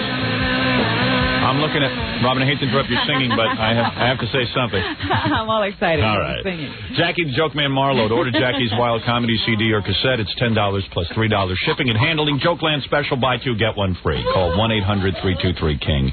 This Saturday night, one big show at the Riviera Hotel in Las Vegas, recording live for his next CD. It's Jackie. For filthy jokes and info, call 516-9221. Remember, 516-9221 is not a pay service. That's all Jackie. I apologize to my wife Nancy for. All right. Okay. Anyway, there it is, Robin. The Howard Stern I wonder rest if everybody stop. can see it and really get the full effect. Well, not right now. When we show it on TV, they will. Oh, okay. This is not broadcast live. Well, explain it. It has Howard Stern written across the top in huge letters, and then there's a cartoon, I guess you could say, of me. You with your head. Actually, you're in a... I'm in an outhouse. Outhouse, and your head is poking out the top. And there's a guy on his knees servicing me. No. Oh, that's right. And it says Howard Stern Rest Stop, dedicated 1995, and the sign will be going up in 2 weeks. We've been, we got so excited about the reality of this. This is a dream for us come true. We started backing Mrs. Whitman Now, some years ago... Yes, it's been at least, 2 years? 2 years, and she did promise in the campaign that she would name a rest stop after me, and now it's going to be there. And, one wonders what my rest stop will be like, because... Rest stops usually take on... A personality. Yes. Like somebody told me that the Vince Lombardi... Someone told Gary that the Vince Lombardi rest stop attracts a lot of gay people for some reason. Well, I know there's one on the Turnpike that really has a reputation because they're always doing some of those sting operations there and rounding up culprits. What if mine becomes a gay rest stop? Where Would guys you like it to? Where guys go into the bathroom and service each other. Oh, jeez. But what we're planning, since the dedication is going to happen in 2 weeks when they erect the sign. Maybe a high school marching band, and, we have a real good dedication ceremony. We go out there, do the show live next to the sign. You mean have the dedication during the show? Yes, that's correct. Oh, how nice. Maybe the governor will even show up for the dedication. You never know, and the press might be there. I don't know if the governor's going to make a second appearance. Or I think a you're rest pushing. stop. I think you're pushing your luck. How'd this all come about? Did she contact you? She contacted us. They were finally ready for it, I guess. Wow. They've been working on it. But you know what Gorilla said it could end up being? She probably figured it was a good time to do it because she's at an all-time high, and no one's going to really come down on her for this. Right. She can get away with this at this point in time. She probably had it all this time, waiting for the right possible moment. You know what Gorilla said it's going to end up being like, your rest stop? What? Have you ever seen, Jim Morrison's grave? Yes. People just people trashing it. Beer cans, and they're write, Jim lives on it and stuff. It's exciting that... No, we're going to have a guard posted there so people can't write on it or steal the sign. You don't want any graffiti. Yeah, well, they're sinking it. They're sinking it in very big cement so no one could get it. Right. If our listeners really love you, they would respect it. Right. And if you see anybody fouling it... Why don't we have the cleanest rest stop? Right. Everybody be on your best behavior. You know what I'm going to ask Chiasano to do? What? Put an eternal flame there. Yeah. What do you think of that? Oh, that's great. Really play it up. I think we should have an intern. Oh, yeah. How long? Post an intern? Yeah. Eternal intern. Can we move Sam Kinnison's body, exhume it, and put it to the rest stop? No, I'm thinking if we had an eternal flame burning at all times, that can't be that expensive. It's just gas. It's gas. It's nothing. It's like running your grill 24 hours. Right. Get that put into the design, though. I mean, what are you going to erect have a hibachi? Who's designing? We didn't even ask Mrs. Whitman. We got caught up in it. Who's designing this? Who's going to be at the dedication? Yeah, maybe there should be an eternal flame put in at the time it's built. That's what I'm saying. You might as well do it now. You probably get a better break on it. I know a guy who builds eternal flames. You don't want him having to drill into the cement and then do it. Well, I think that they'd have to put a gas line in. Yes. Oh. See, it's the whole thing. It's not just like magic? No. No, it's not like the menorah that burned for 8 days. But you know what you can have? How when somebody gets a star in Hollywood, their fan club is in charge of the star. They have to go there and clean it and maintain it. Should let the whack pack go down there and clean it and stuff. Yeah, they're going to clean the toilet. They camp there. You kidding? People could start building homes around there. If anything ever happens to you, everyone's going to go there. All of a sudden the road's going to be clogged. That's going to become a place. If you died, everyone would go there. See, Mrs. Whitman thought it was a joke when she didn't think, she treated it seriously and she gave me the rest stop. But to our fans, this is a place where we know we can go. It's a shrine. And be. Oh, God, this is like Graceland. Right. Wait a second. If anything were to happen to Governor Whitman... How do I make money off this? If anything were to happen to Governor Whitman, should she either go on to be vice president or something, could the next governor repeal it? No. It's there forever. It's very difficult. Is that very true? It's very difficult. Because once somebody's rest stop gets known, how right. can you change the name? It would have to be a major event to change the name, like when they changed Idlewild Airport to Kennedy Airport. Yeah. It's very difficult. And I'm going to ask Mrs. Whitman to put in some protective language. You understand? Yes. She's great. She's going to do tort reform. I think that's so great. Jersey needs it. We all need it. Yeah. There it is again. I'm going to hold the sign up again for my audience. Yeah, you sound shocked. You're overwhelmed. I'm overwhelmed because, very few politicians keep their word to me. Are you going to call your father? Yes. Because this is definite gloating right. It's more than just a toilet. It's having a sign with your name on it when people drive through Jersey. Where is this again? Where is it, 295? What is it? I-295 on the southbound side. It's between, it's sort of right in the middle of our listening area. It's southern Jersey. But you got to understand something, Howard. How far is it from Atlantic City? It sounds like it would be close. What is Ganji bringing in? Oh, is that the map of the... Let me take a look at that. Let me study that map. But this isn't a map of how to get there. This is just a map of, like, the rest area. You know what I mean? Looks like a nice rest area. Anybody got a Jersey map on? It sounds like it connects, like, 95 to Philly or something like that. I know I've seen signs for I-295. I'm trying to think. But Howard, is the rest stop right... Like, is that sign right on the road so people could see it? Or is that going to be just... No, you have to get off the rest there it is, right? You have to get... This is the road here. This is a ramp. And then there's the service area and this... well, where's the sign? Right there. There's a picnic. This is the whole big picnic. Oh, I see. You mean it's not right on 295, No, but nothing would be. They don't say this is the Howard Stern rest There may area. have to be a sign, right? I guess there is, because usually it says, 2 miles to the Vince Lombardi rest stop. Yeah. So there must have to be some sort of sign. I certainly hope that, there'll be some acknowledgement on 295. But this makes you, like, immortal now. Like in 100 years, it'll still be there. Will be there. And what we should do? We should get a statue of me as, like, Fart Man with the eternal flame coming out of my ass. Here he goes. Pretty soon there won't be room for the picnic table. Yeah, right. What about, like, my different characters, statuettes of my different characters, and flames coming out of my buttocks on Fart Man? Right, like Mr. Blackswell. Yeah, the eternal flame. The Wax Museum. Yeah. I could put my ass print in cement and then have the flame burst out of the cement. Are you going to be one of those people, like, 50 years from now, when you retire, you'll just go visit your rest area? Yeah, why not? It's an accomplishment.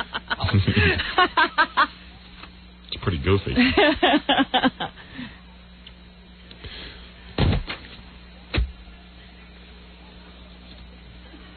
That's pretty cool. It's pretty incredible. Yeah. Take a moment to reflect. And she's probably going to be at least the vice president, if not the president, the way she's going. Well, once you get to the vice presidency, that leap to president isn't that difficult. I think she looks pretty decent.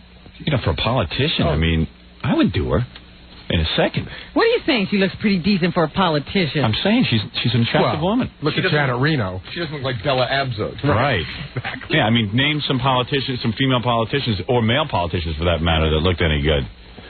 Bella Abzug. Chisholm. You're telling me Shirley Chisholm was in a dish. All right. Barbara Jordan. Skip a meal. Yeah, I mean, come on. No, that's Jordan. Oh, is that it? Jordan. Barbara Jordan. And I can't think of one good-looking female politician.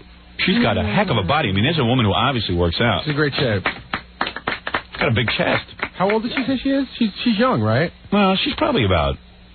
She's got to be older than me, I'm sure. She's got to be about... So. I don't think so. She's older. She's not older than me? I would say she's in her... Probably your contemporary. I think you're about the same... You're in the same ballpark. Yeah, she seems so much more mature, though. You know what I mean? She has to act she seems like a grown-up. You know what? Do you think we look grown-up to her? No. Not at all. Why does everyone our age look so much more adult? Like they look like my parents. Like they grew up. Maybe because this is a 5th grade class. No, but you're right. People get to a certain age and they just resign themselves to the fact that these are the clothes I wear, this is the music I listen to. It's like, why can't Mrs. Whitman wear a miniskirt? Miniskirt. That wasn't a mini. I didn't notice this skirt. Why am I treating her like she's an older woman? Authority figure. But didn't you treat George Pataki that same way? Yeah. How old is he? I don't know. But he couldn't be much older than you either. How come I feel like I'm a little kid around these people? Because we don't, even though we have fun doing what we're doing, it just doesn't seem important, and what they do is really important. I guess. Oh, they just seem more mature. They seem like, you ever watch the Miss America pageant? Those girls are 21 years old. They look like they're, like they're more mature than us. They seem really old. So the rest stop is 15 minutes outside of Philadelphia, and it connects to Atlantic City. Oh, wonderful. I don't know. Maybe it's out of the way. Is it?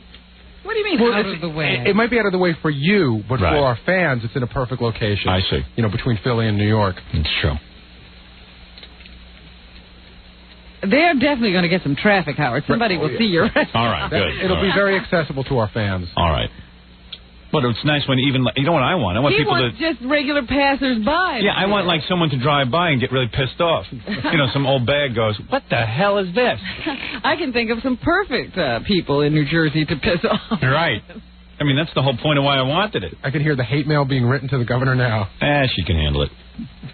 Never even get to it. But what's going to happen? Meanwhile, our fans put her in office. But people are going to start to complain to her about famous people from New Jersey who are overlooked. Like, yeah, but you want to know something? Those famous people didn't support her. That's the difference. Yeah. You pay back those who support you. But she can't say that. Well, sure she can. She knows how to handle these things. I remember the heat she got right after she got your support and wound up on the show. Right. She took a lot of heat. And she just said, "Hey, it's a #1 show. A lot of people in Jersey like it." Hey, she said the losers go with Hymas and #1 goes with #1. Right. And she won. And everyone didn't think she would win. I can't wait for that rest stop to go. People are going to be punching toll takers when they see it. You know, it's going to be great. Ruin trips. Ruin people's lives. And that's cool.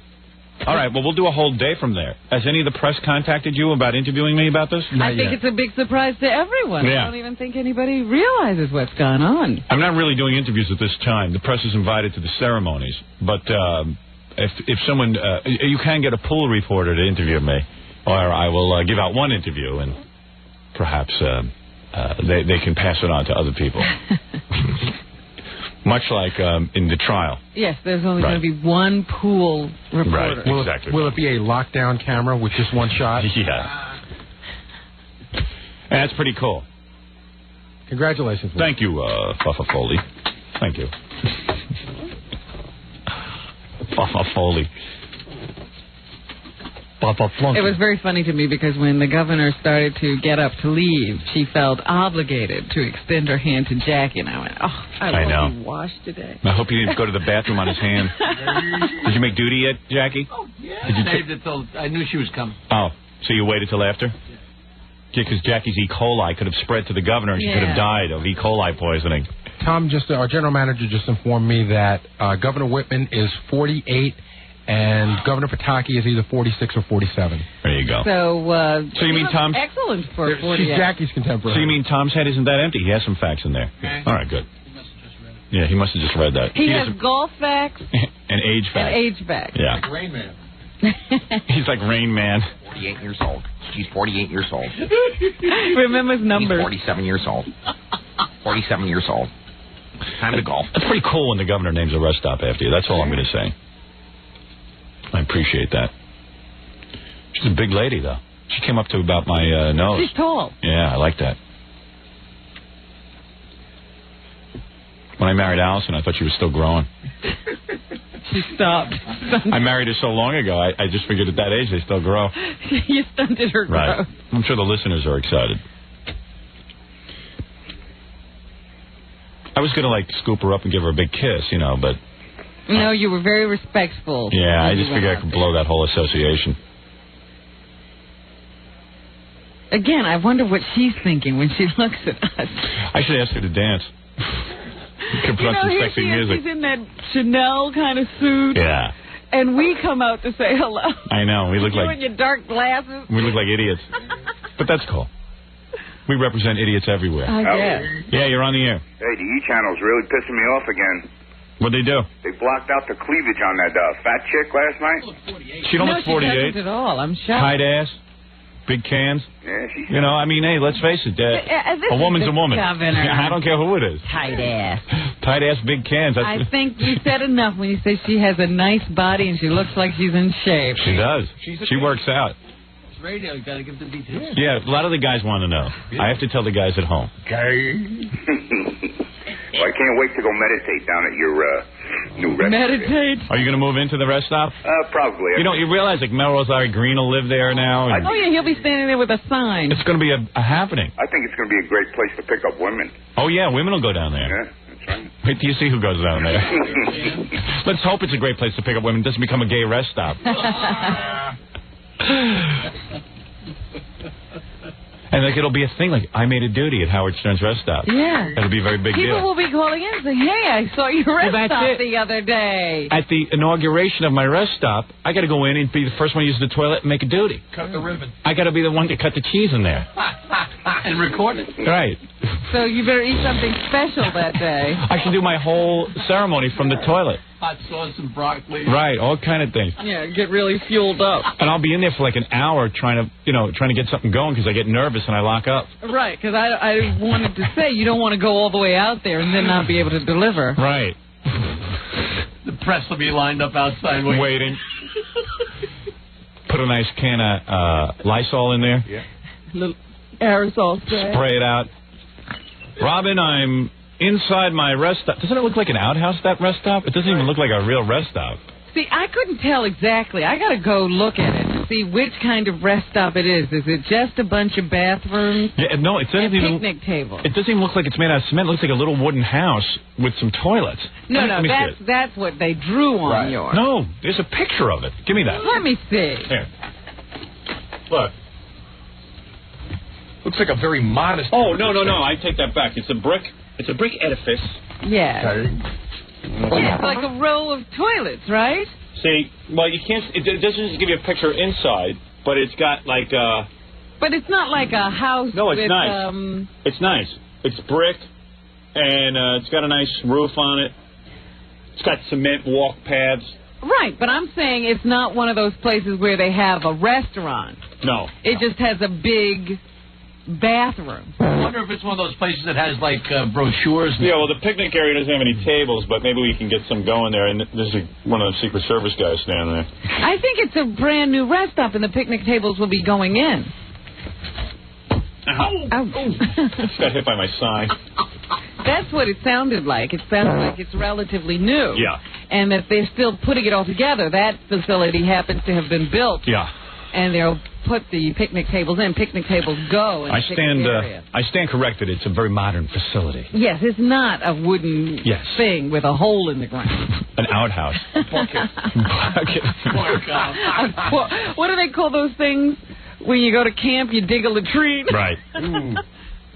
We got to put in some rides. Got to make it happening. How we would. All right. Thank you for the call. Okay, man. Hey, you're on the air. Hello. Good morning. Good morning. How you doing? Okay. I think Gary's got some bad information about that. What? The location? Yes. What do you mean?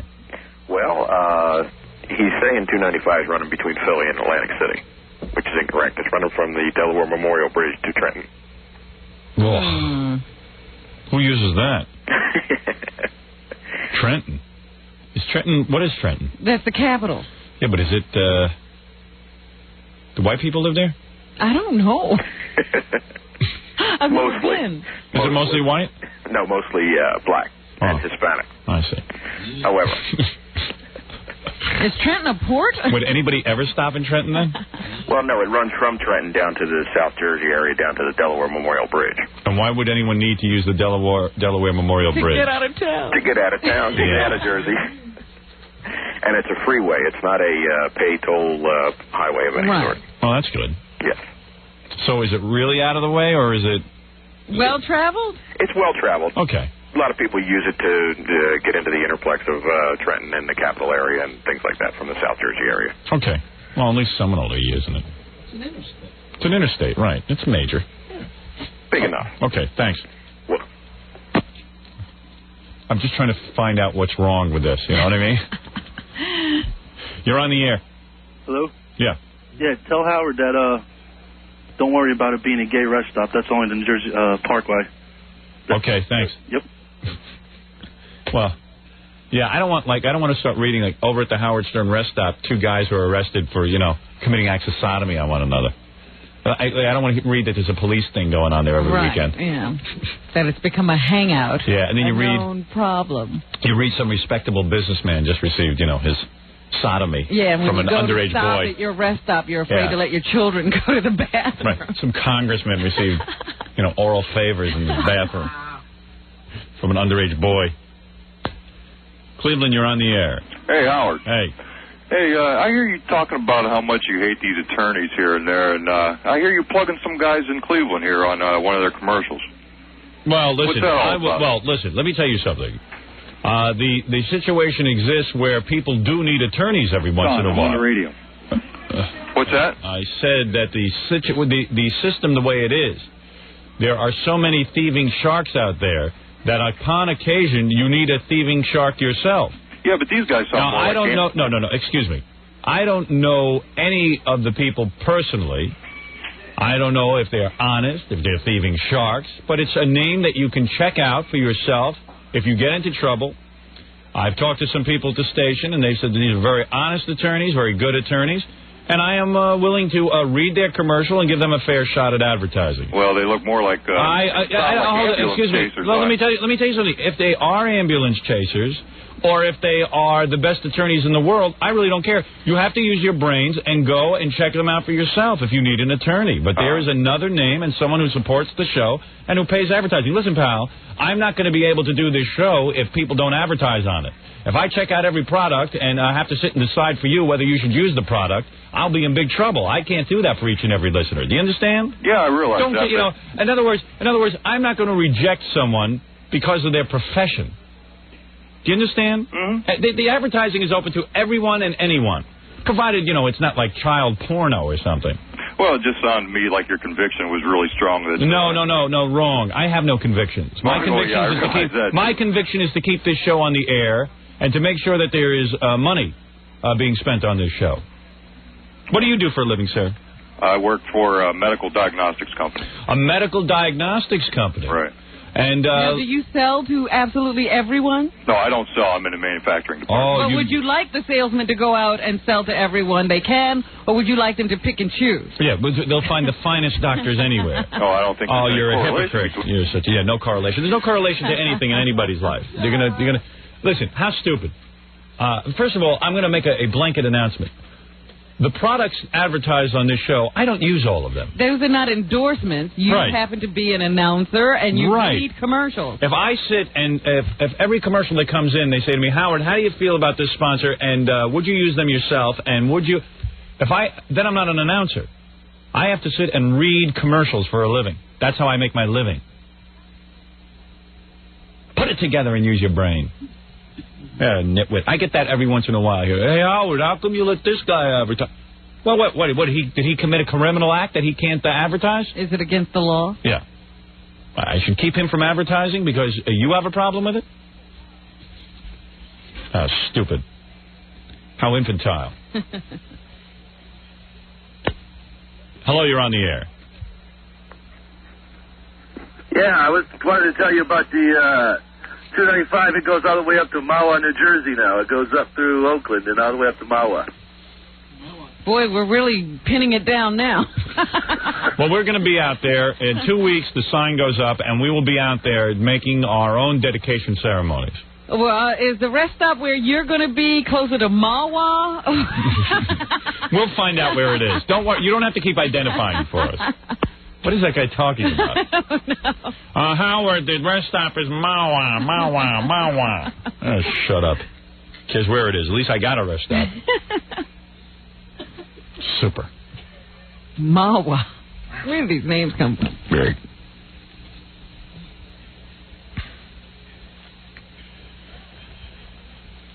If Christie becomes the vice president, that's got to do us some good. She's going to get rid of the FCC. Well, it looks like... Yeah. A good group of people is coming into power. Yeah. All our friends. Yeah. Cool. It was smart to get involved. Yeah. I turned to Robin a couple of years ago. I said, we better get involved in politics because we're getting our asses reamed by Washington. We got to change who's there since they're not seeing things quite our way. And the reason I did all this is because the FCC I was being dragged into meetings every day because of the FCC. And I said, you know what? I better get involved because we're getting screwed. It's who you know. No more than quietly just going to vote. Yeah. Let's not talk about politics. It's boring. No, I'll talk about it. You know, today a duty hut. Tomorrow the chairman of the FCC. You might be looking at him. I'm a broadcaster. I'm just as qualified to run the government. And more so. You're damn right. Those guys who usually get into the FCC don't know anything about broadcasting. Yeah. When I become chairman of the FCC, it's going to be mandatory to say the word vagina on the air every day. Otherwise, you'll be thrown off the air. There'll be vagina counts. Right. Did you say enough vaginas today? Check off, please, how many penises and vaginas you spoke about. You know how they used to do those meter readings? Yeah. Now they'll be vagina readings. Yeah. Commissioner Stern has instituted the first vagina quotient. And you'll be coming by to check. Yeah. I'll be making personal appearances at stations to check that the word vagina is being used. Miss your quota, lose your license. Right. What's that? What? Frequency messed up? Don't worry about that. Make sure you get vagina. Vaginas? How many vaginas? Did they hear you when you said vagina? Right. Was it clear? All right, we got to take a break. We'll be back right after these words. We're back with the Howard Stern Show. Anyway, I have a guest for us now. So, I dig that song. You know that song? Ooh, I wish I was your lover. Sophie B Hawkins. I can't get the tune. You know, when you say that, nothing comes to me. Well, you know, we haven't had a musical guest in a while. And then I was reading Details magazine. I didn't know anything about Sophie B Hawkins, but they had this picture of her, and she looked really hot. She's pouring milk all over herself, and she has her big breasts. This laced up bottom. What? Like this laced up bottom. Yeah, here's the picture. Look at this. She's covered in milk, and her whole breasts and everything are like exposed. Look at that. How's that, Jackie? That's all right. That's all right, right? That's a good boss. That's a good boss. And she's wearing like a little... And she's enjoying it. Yeah, she looks like she's all horny and stuff. Ecstasy there. So I looked at that picture, and Gary says, hey, Sophie B Hawkins wants to come on. I said, will she sing that song? He goes, yeah. And I go, so I'm reading this article on her? Yeah. And she's into lesbian stuff? Really? Yeah. Oh, my. And into guys. So she would be bi. She's bi. And she says she used to make love to all her junior high school teachers. No. Well, not all of them, but some of them. Men and women. I don't know. I just said, I got to talk to her. She's very, very open. And she thinks celebrities are a-holes, except for Rosie O'Donnell she likes. Yeah. That's the only one that she likes. I'll convince her that she's an a-hole, too. She might not like you, though. You're a celebrity. Barely. Oh, come on. Come on. You've got a rest stop? How many people can say that? Oh, that's true. I have toilets named after me. And then there was like some other cool stuff, too. Oh, yeah, that she was 14 and she was making it with a 44-year-old guy. Whoa. Oh, my. Who was the 44-year-old guy? Jackie Marlowe. I'm going to get Governor Whitman to name a rest stop after her. So anyway, I was kind of excited to meet her. And then it looked like she doesn't shave her legs in this picture, though. That was a little bit of a turnoff. Is she political? I don't know if she's political. I hope not. Would you play a little bit of this song for me? Well, she's going to do it for you. Oh, she's going to sing. It just to know what I'm going to hear. And then we'll play something from her new album. Okay. It goes like this. Ooh, I wish I was your lover. Ooh. Sounds like she's getting it. Howard, you're leaving out a key word. What am I leaving out? Damn. Damn. Oh, yeah. Damn. I wish I was your lover. And in the video, she's rolling around on the floor. I saw her at the Bob Dylan tribute show. Yeah. And she did some Bob Dylan song. And she was rolling around on the floor. She took off her jacket, she like flung it down, and she was like rolling around. It was very sexy. Yeah, I dig that. She's very sexy. Is she? Yeah. What's she wearing? She's wearing like almost like a men's tuxedo outfit, but she's wearing like a white shirt, and it's buttoned down to like her navel. Uh-oh. But she's wearing a bra. What do you mean buttoned down to her navel? It's like buttoned down really far. It's like when she leans over, you can see everything. Oh, you mean, the whole shirt's open, and she's wearing a bra? Yes. Oh, he meant it was low cut? Hey-o. No, it's not low cut, it's unbuttoned. Unbuttoned. Yeah, unbuttoned, not buttoned down. It's unbuttoned. I got excited. I was thinking about it. You're stupid. That's your problem. All right, go bring her in. You ready for it? Yeah, Sophie B Hawkins. She's very amused by your comments. Is she? She's cool. She wearing panties? I couldn't tell. How old a person are we talking about here? Is this a young person? Oh, yeah. Sophie B Hawkins? Yeah, her name is Sophie. Sounds like an old bat. Yeah. No, she's like a young artist. Oh, okay. She's a young girl. I couldn't tell from that picture. It's just a Xerox. No, she's hot. I used to watch her on the video rolling around on the floor, and like no guy was doing her, but it looked like a guy was doing her. It looked like that, Hey, Sophie, wait, let me soak you in. Wow, you are cute. You're very funny. I am? Yeah. You find me funny? Yeah, she's funny. I find you funny. thank you. Thank you. I find you sexy. Okay. What do you got on, a headband of some kind? Yeah, I got on my do-rag. Let me see if I like you better with it. I think I like you better without the do-rag. Yeah, but this holds the headphones up because they're All right. big. What are you eating? A Ricola. What's a Ricola? It's a cough drop. It's a cough drop. It's bad for you. A singer shouldn't have Ricolas. Seriously. It makes Look your voice... at your Adam's apple. Oh, come on. Don't start critiquing my appearance. I'm not. I'm just shocked. Do I really look that bad? No, you look great, but this Adam's apple is very big. I know. I look like, you know what I look like? I look like a bird of some kind with a big... I'm not supposed to look like this. I should be a good-looking guy. I apologize. I think you are. I hate the way I look. No, I don't. I know you're backpedaling now, but no, I know what you mean by the Adam's apple. I've stared at myself in the mirror enough to know. Interesting. I know, it goes up and down and it's distracting. It's interesting. I should have wore a turtleneck. You know, I've never noticed that about you. Your Adam's apple moves up and down? Yeah, Ralph has to put a whole bunch of makeup on it. Yeah. Blue, you get close to me, Robin, you'll see. Intense. All right. I don't think anybody knows that about you. That's what's really interesting. Yeah, well, I try to keep that a secret. No, I'm not a good-looking guy, and you're good-looking, so there you go. No way. Come on. That's not a good way to start. Hey, where are you from? New York City, Manhattan. You sound like you got an accent. Take I think it's that Ricola in your house. It's the cough drop. Yeah, get rid of that thing. What? You didn't give me a spittoon. I wish you were wearing lingerie. You should have wore lingerie in here. I have lingerie under my clothes. Do you shave your legs? No, actually. Yeah, because I noticed in that picture with the milk all over you, it looked like you... Yeah, now let me put you straight about something. Why don't you shave your legs? Well, let me tell you about it. You're a sexy girl. I know, and my hair is very sexy. It's blonde. So in the sun, people bleaches? always come up and... No, it just glows like gold. Let me see. Let me see you. Pull up your pants. No. Oh, what are you, uptight? What's the big deal? You roll around on the floor. Man. You roll around on the floor during your video. Yeah, but not for you. Yeah, but come on. Let me just see your hairy legs. Let me see if it turns me on. Hey, this is something you do. I heard about you. What's under your armpits? You got hair? No. Why do you shave there? Because it's an aesthetic that I prefer. Every individual has a right to shave what they want. Right? Really? This is something he didn't know. He just had the governor on. A woman should shave her legs. The governor was nicely shaved. Yeah, I know, but wait a minute, Howard, really? That's sweet. You're a wild girl, aren't you? Yeah. Yeah. Yeah, Howard. Yeah, I'm damn funny. Now, were you Don't say that. Okay. Now, calm down, you. No, listen. You want me to... Jackie, hold her down. I'll shave her legs. All right. That's what we're going to do to you, you know. No, that would make me cry. You can call me anything, but don't shave my legs. Let me just see your legs. Let me see your legs. Come on, let's talk about lesbians. Come on. Before we talk about lesbians, you got a nice body. Why are you covering it up with that jacket? Take off your jacket. Take off your jacket. Let me see what you're doing. Oh, she's cursing. Will you both calm down? All right. Everyone just stop. Take a breather. All right, you know what? Take a breather. Take a deep breath. Yeah, everybody needs to calm down. Okay, Robert, she's Let me ask you. All right, let me start with a tame question. Are you wearing a bra? Yes. Okay. Why are you wearing so much clothes? Because it's 7:30 in the morning. All right. Is there any persuasion that will make you take off that coat? Mm-mm. Why? Because you can see me in a lot of magazines with no things on. Go ahead. You know, you can see me in videos with hardly any things on. Go ahead. Why do you have to see me now? Because I'm used to seeing you that way. It's very disturbing. He doesn't recognize you. Right. He doesn't. That's because you only... I'll play your new song. You know what? Here we go. Hey, I got power. Not enough. All right, take it easy. Okay. You think you sold yourself out? No, you haven't. Way. What's the big deal? Are you anti-record company or something? Are you like the guy in Pearl Jam, Eddie Vedder? Are you angry?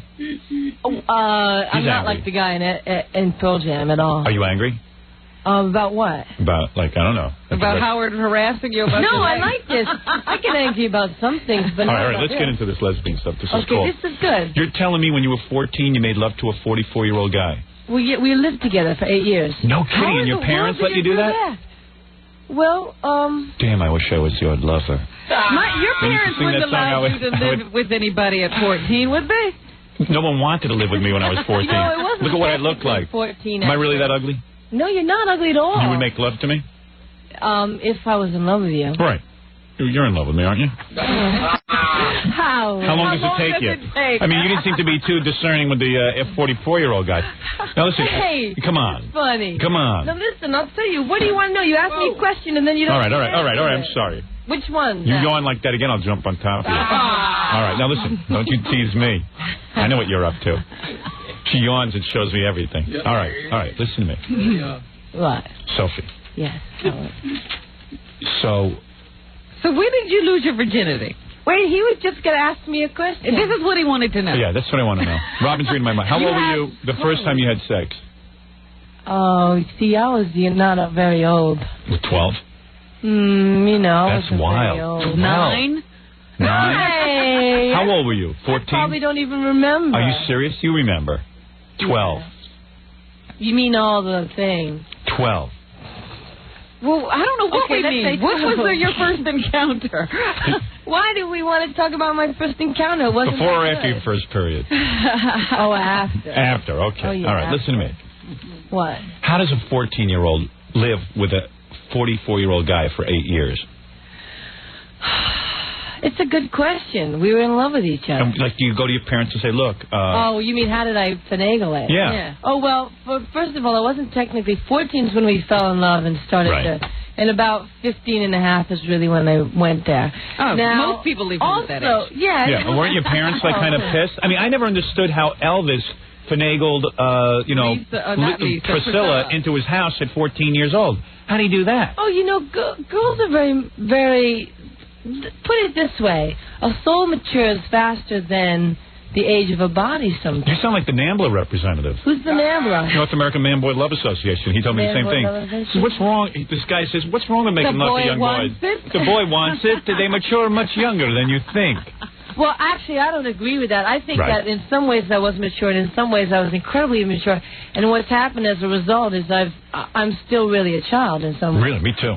Really? Yeah, I'm a child. Yeah. Absolutely, I'm a child. I don't know why it happened to him. How old are you? You're young, though. I mean, what are you, like 20 or something? I'm not telling you. What are you, 25? Nothing. Was this guy rich that you went off with this 44 No way. He was a drummer. That's why I was he a black guy? Beautiful. Black guy? Beautiful. He was black? Beautiful. A beautiful black guy? Beautiful. Beautiful, lovely, wonderful man. Was he on drugs? No. Was he well hung? Was he an artist? Was he a disc jockey? Was he Cousin Brucey? Who was he? Was he Cousin Brucey? Who's Cousin Brucey? I don't know. Listen to me. So, okay. Then in your junior high, you made love to the teachers? Now, was this simultaneous with living with the 44-year-old guy? Was it Ginger Baker from Cream? The drummer? God. Oh, my God. And what's that other one, Bill Wyman? Yeah. Oh, wait a minute.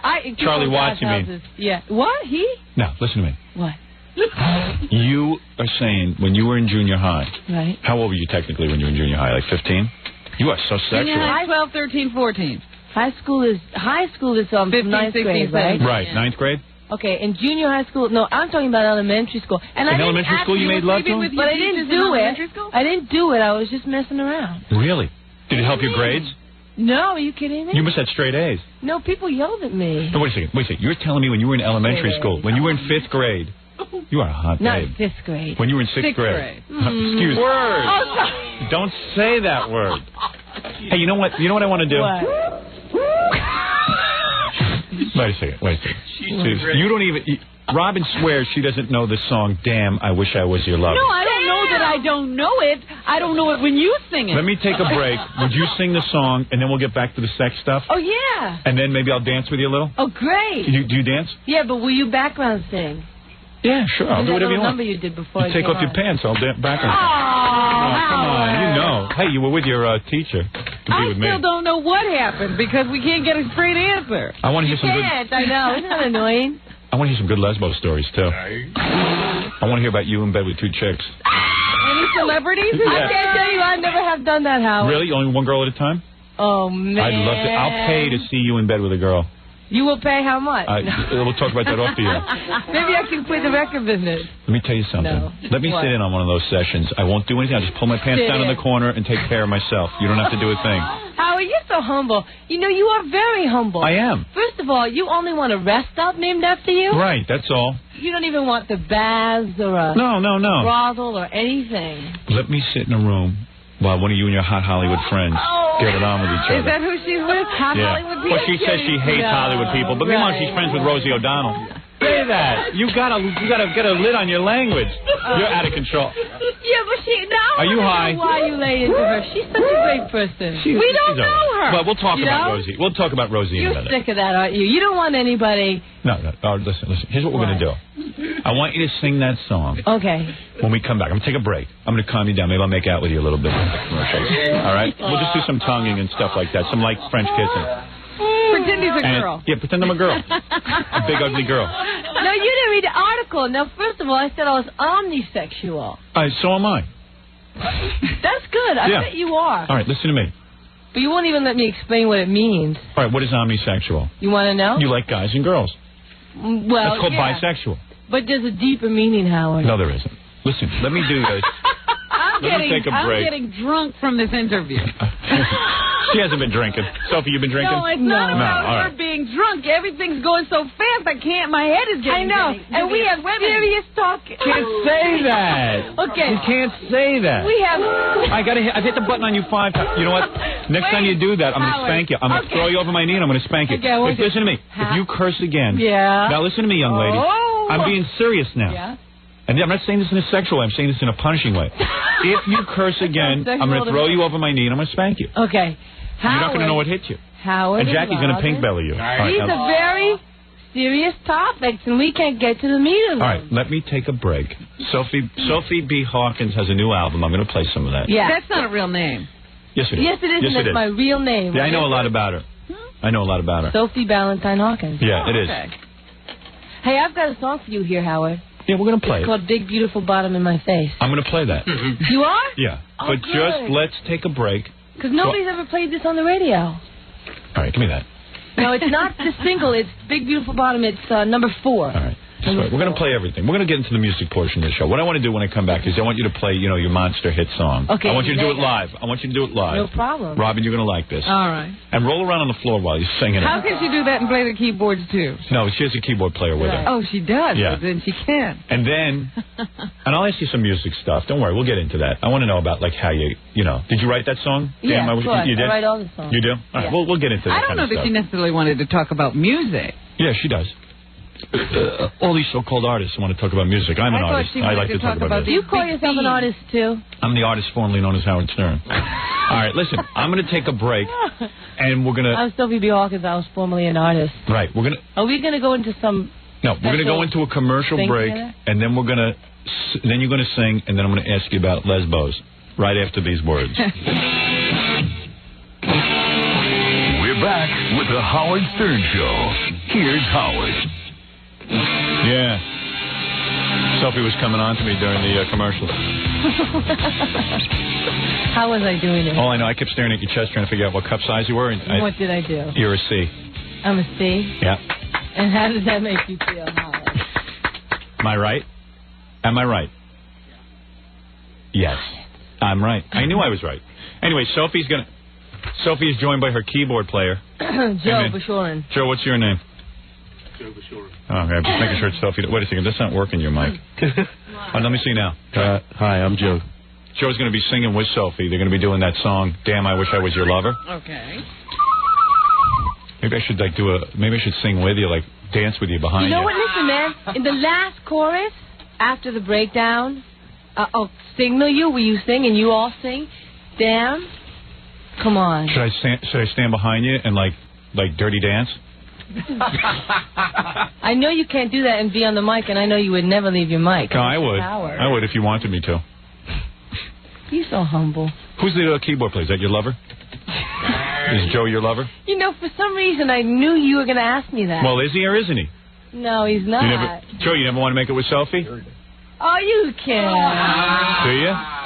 Yeah? Oh, he's got his eyebrows going. I'd love to be your lover. Although I got a feeling you dig chicks more than guys. You never know. Really? What's the last thing you had, a woman or a man? Tell the truth. A woman, right? I know it. I don't believe there is such a thing as bisexuality. Oh, you don't? No. Why is that? I think you like one thing or another. Oh, I totally disagree. Oh, I know it. Oh, but you have to live your own experience, right? What did you last have? A woman, right? Am I right? Tell the truth. Why? Because I want to know the truth, and you're an honest person. Yeah, you're right. I know it. I could have told anyway. Wait, did you say there were more women than men? I don't know. Let me smell your hand. I'll tell you. All right. Actually, Howard, why not? I mean, you can't smell my hand, but, you know. Let me smell your hand. Go around with their smells of their lovers on their hand. It's a very cool thing. May I smell your hand? No, you can't. All right. But I can smell Jackie my hand. Go ahead. How's it smell? Excellent. Fifi. Did you smell it from there, Jackie? Really? Seriously? Yeah. Definitely a woman. 5'3". You can tell it's a woman because it smells good, as opposed to. Would you ever have sex with a girl during her curse? Of course. You would? Of course. That's the best time. Really? Yeah. I smell that too. I mean, you're funny, man. All right, never mind that. First, do this song. Sophie, do your hit song. Damn, I Wish I Was Your Lover. Do it here live for us, because Robin doesn't remember it. Robin's not sure. I can't imagine. Singing. This is a huge hit. How many of these did you sell? Like $1 million? A lot. We sold. No way. It was only gold. Oh, really? Yeah. Listen, I'm not what you think I am. Oh, I know what you are. What? All right, go ahead. All right, here we go. Omnisexual. You're omnisexual. You are cute. Ooh. I'd love to have you with your pants off. I'd love to get your pants off. Funny. Come over here. Long Island. Move over here. No. Get over here. Come here. Let me just take your You're pants like my down. uncle. Yeah. So come over here. You never made love to your uncle? Stuff anymore. You never made love to any family members. I don't buy that. She's already had a 44-year-old house. Yeah, come on. I'm almost 44. Oh God. All right. All my lovers over 40. Do a song and sing it to me like I'm your lover. Okay. Go ahead.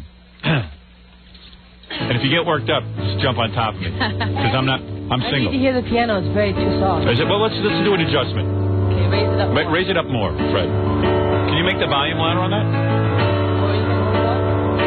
Even more?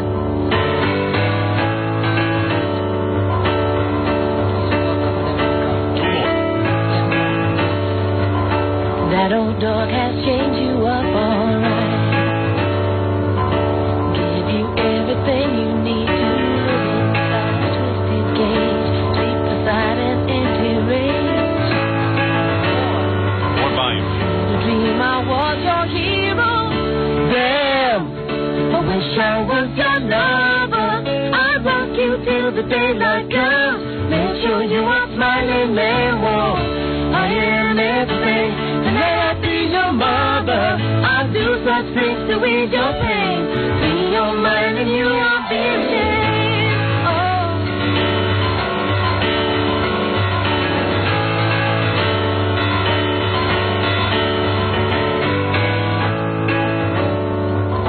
This monkey can't stand to see you black and blue. I give you something sweet each time you come inside my jungle book. What is it, just too good?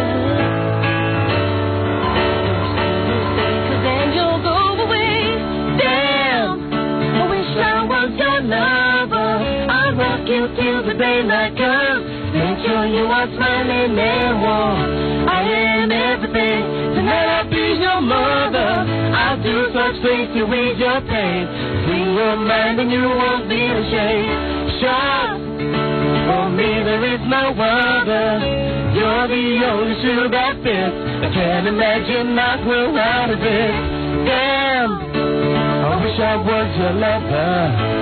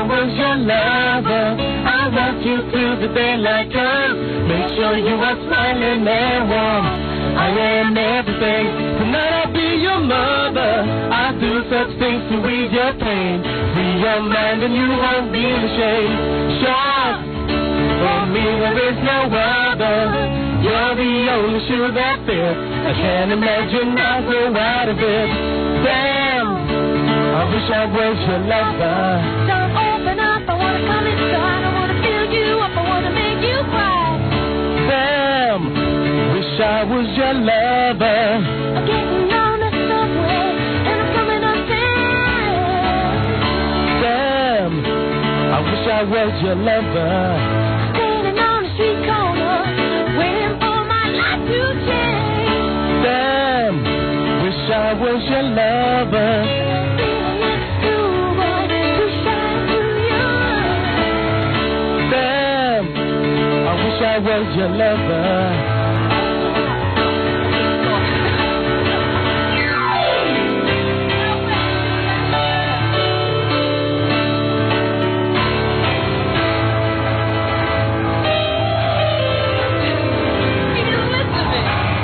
What do you mean he didn't listen to you?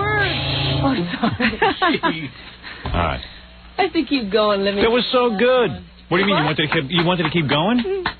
Oh, yeah, good. because, no, we have this wonderful last line that we do, and for some reason I thought, oh, I'll prolong it.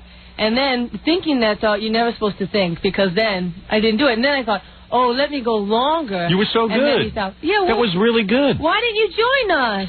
I didn't know if I... where to. You were doing fine. You were doing so good, and, you were moving and stuff, and Joe was doing his thing. He was doing You were really good. Yeah. I was really turned on watching the way you open your jacket up and you start shaking your hips. Oh, yeah. Why Damn. don't we do another song even? You should take your pants off when you sing.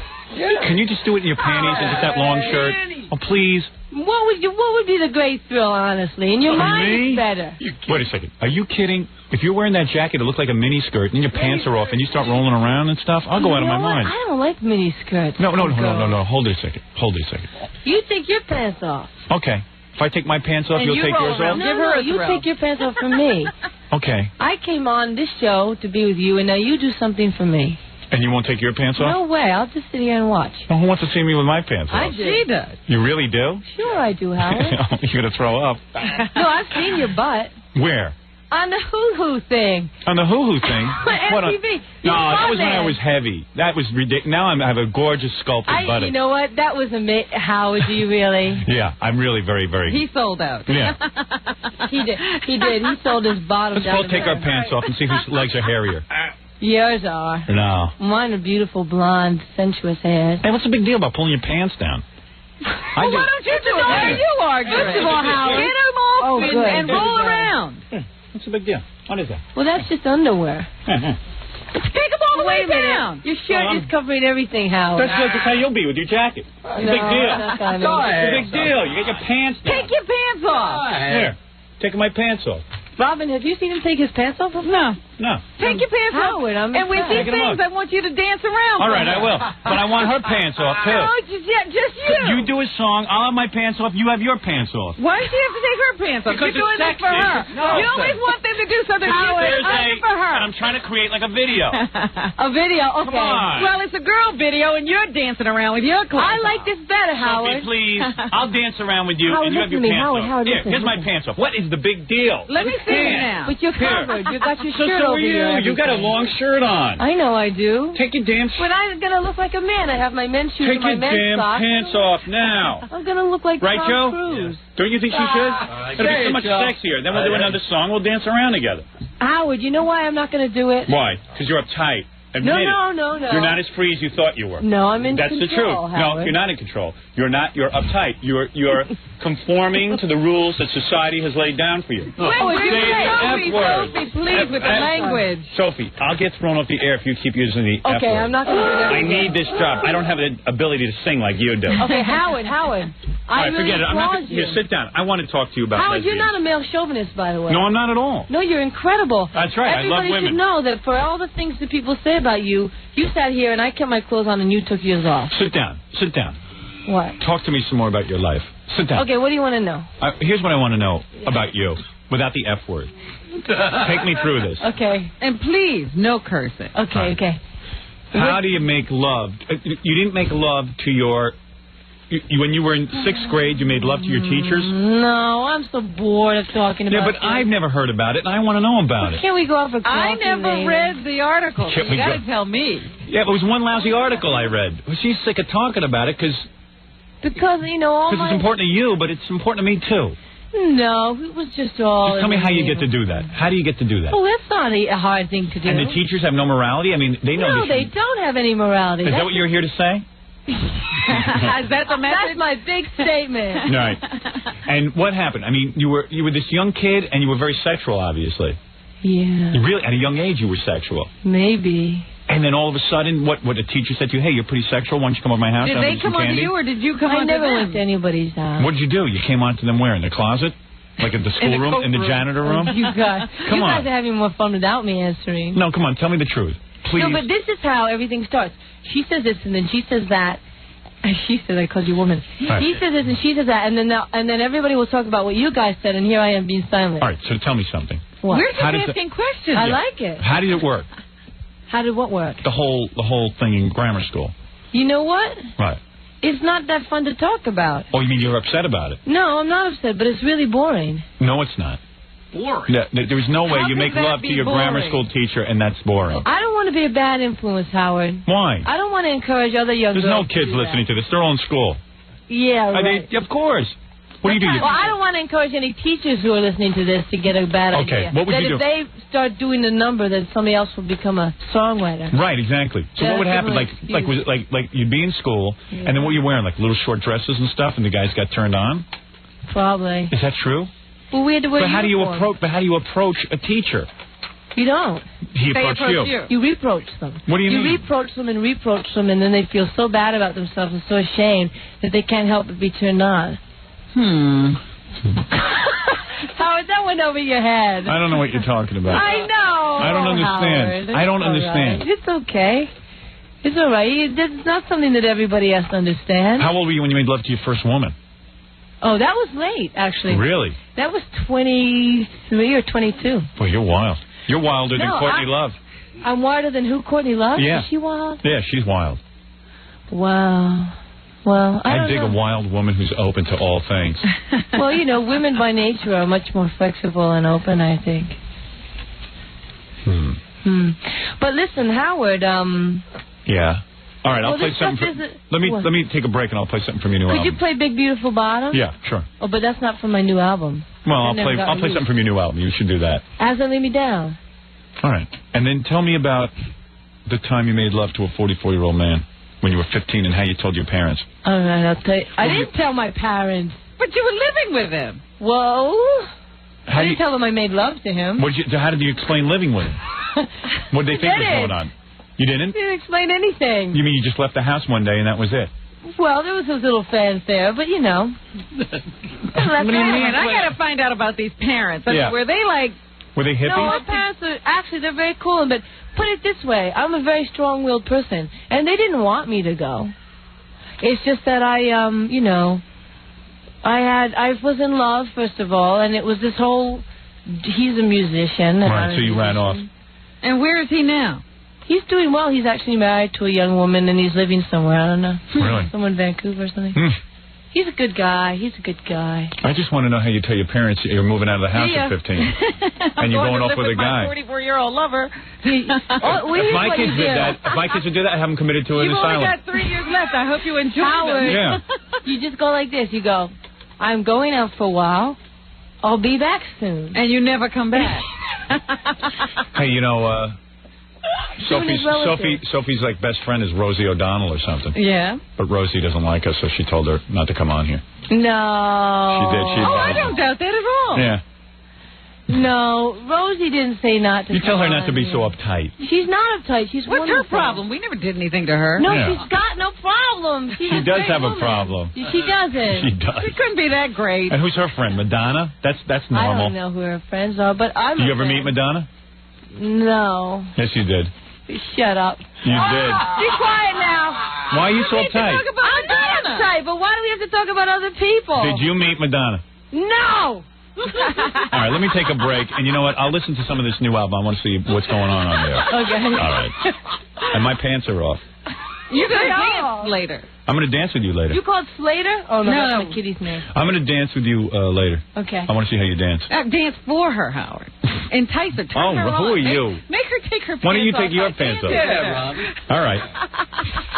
Yeah, you're very sexual. You need to dance. Hey, what happened at that Dylan concert? Didn't you go out there and start rolling around on the floor? No, I just picked a thing off the floor and started hugging it. It was my coat. You started like making love to your coat on the floor. Just hugging it like a... Why don't you do some of that here? Make love to me like I'm your coat. Maybe she has to feel it. Yeah, I mean, it's unbelievable. The Dylan concert, you know how went these wild. artists are. Yeah, why don't you just roll around on the floor? Yeah, we're very moody, right? Why don't you roll around on the floor a little or something? Oh, this floor? Turn me Why on. do you think it was my while? All right. Any reason. All right, take it easy. You dance for her. She'll fall. All right, let's take a quick break. Will you I'll come apologize to Rosie? back. No. Oh, come on. No. What did we do? I didn't do anything. Let her apologize to me. But you said something about it before I came on. That's What? because we knew she tried to talk you out of doing this show. Right. No, you didn't. Yes, I did. Roll around on the floor. I'll give you $20. Oh. Right now. $20 is nothing. Yeah. I can't get anywhere for $20. You could, too. No, I couldn't. All right, let's take a break, and we'll be back with Sophie B Hawkins, who has a new album out. Okay. And I'll do a little dancing with her, and then we'll listen to a little of the album, and then I'll throw her out of here. So you really have the record? Yeah, I have the record, of course. Where? Right here. Oh, cool, you do. Yeah, of course I do. All right, we'll be back right after this. Okay, cool. You're listening to The Howard Stern Show. 97.1 The Eagle. 8:57 at the Eagle. This is Brett. Easy dealer. It's 9:05 at 97.1 The Eagle. Yeah. You're listening to The Howard Stern Show. Once again, Howard Stern. What are you into, aerobics, Sophie? Yeah, man. Are you? Doody-doody-do, yeah. I'm into toe aerobics. Toe aerobics? Toe aerobics. This is a hippie girl. This is a girl you get in the sack. She's going to move around for you. You are definitely loose and free and into, like, showing a guy a good time. There's just no question in my mind. I know girls. Hang on. Yeah, hang on for the ride. Hang on for the deal. You'll be worn out in 2 minutes. God, you probably sweat. Oh, God. You know what I'd do with you? I'd get you in a tub, and we'd bathe together. Oh, how? I'd get you clean. Fit in the tub. We'd have to go to Giantville. I'd shampoo that hair of yours. I love it. That big mane. That blonde mane. Jesus Christ, what I'd do to you. I'd nail you so bad you wouldn't know it hit you. You wouldn't know. Up on all fours. Oh. Wilder than a Bronco. Oh, yeah, that's right, honey. Just like that. Oh. You know you need it, too. Oh, God. Be with all those broads. They can't give you they can't finish the job. Oh, honey. Yeah? You don't know what a woman can do. I know what a woman can do. Yes, you do? I've been with women. They lay there. No. Jesus, Howard. I'll give you the best 5 seconds you ever had. Because I can last. Oh. 5 seconds isn't enough, Howard. Oh, well, in my case it is. I'm satisfied after 5 seconds. Exactly. OJ, innocent or guilty, Sophie? Oh, just, that's a really difficult one. Why is it so hard for everyone? Because what if he's innocent and I say he's guilty? I think he's guilty, but they're not going to kill him just because you say it. Yeah, Sophie, you can have your I opinion. don't have that kind of power. Sophie thinks if she says he's guilty, they're going to put him in the chair. I thought that Joe, was what do you think? Joe, what are you, black? Yeah. Are you? Yeah. Can't tell what you are over there. Can't tell if you have a tan or what it is. Joe, what do you think? Innocent or guilty? Innocent. Oh, Joe. Well, black guys always say that. All black guys. Oh, come on. Joe, right? Don't all the brothers say OJ's innocent? You have to stick together? No, not at all. But he's innocent. Oh, he's British. Yeah. Oh, you're British? Yeah.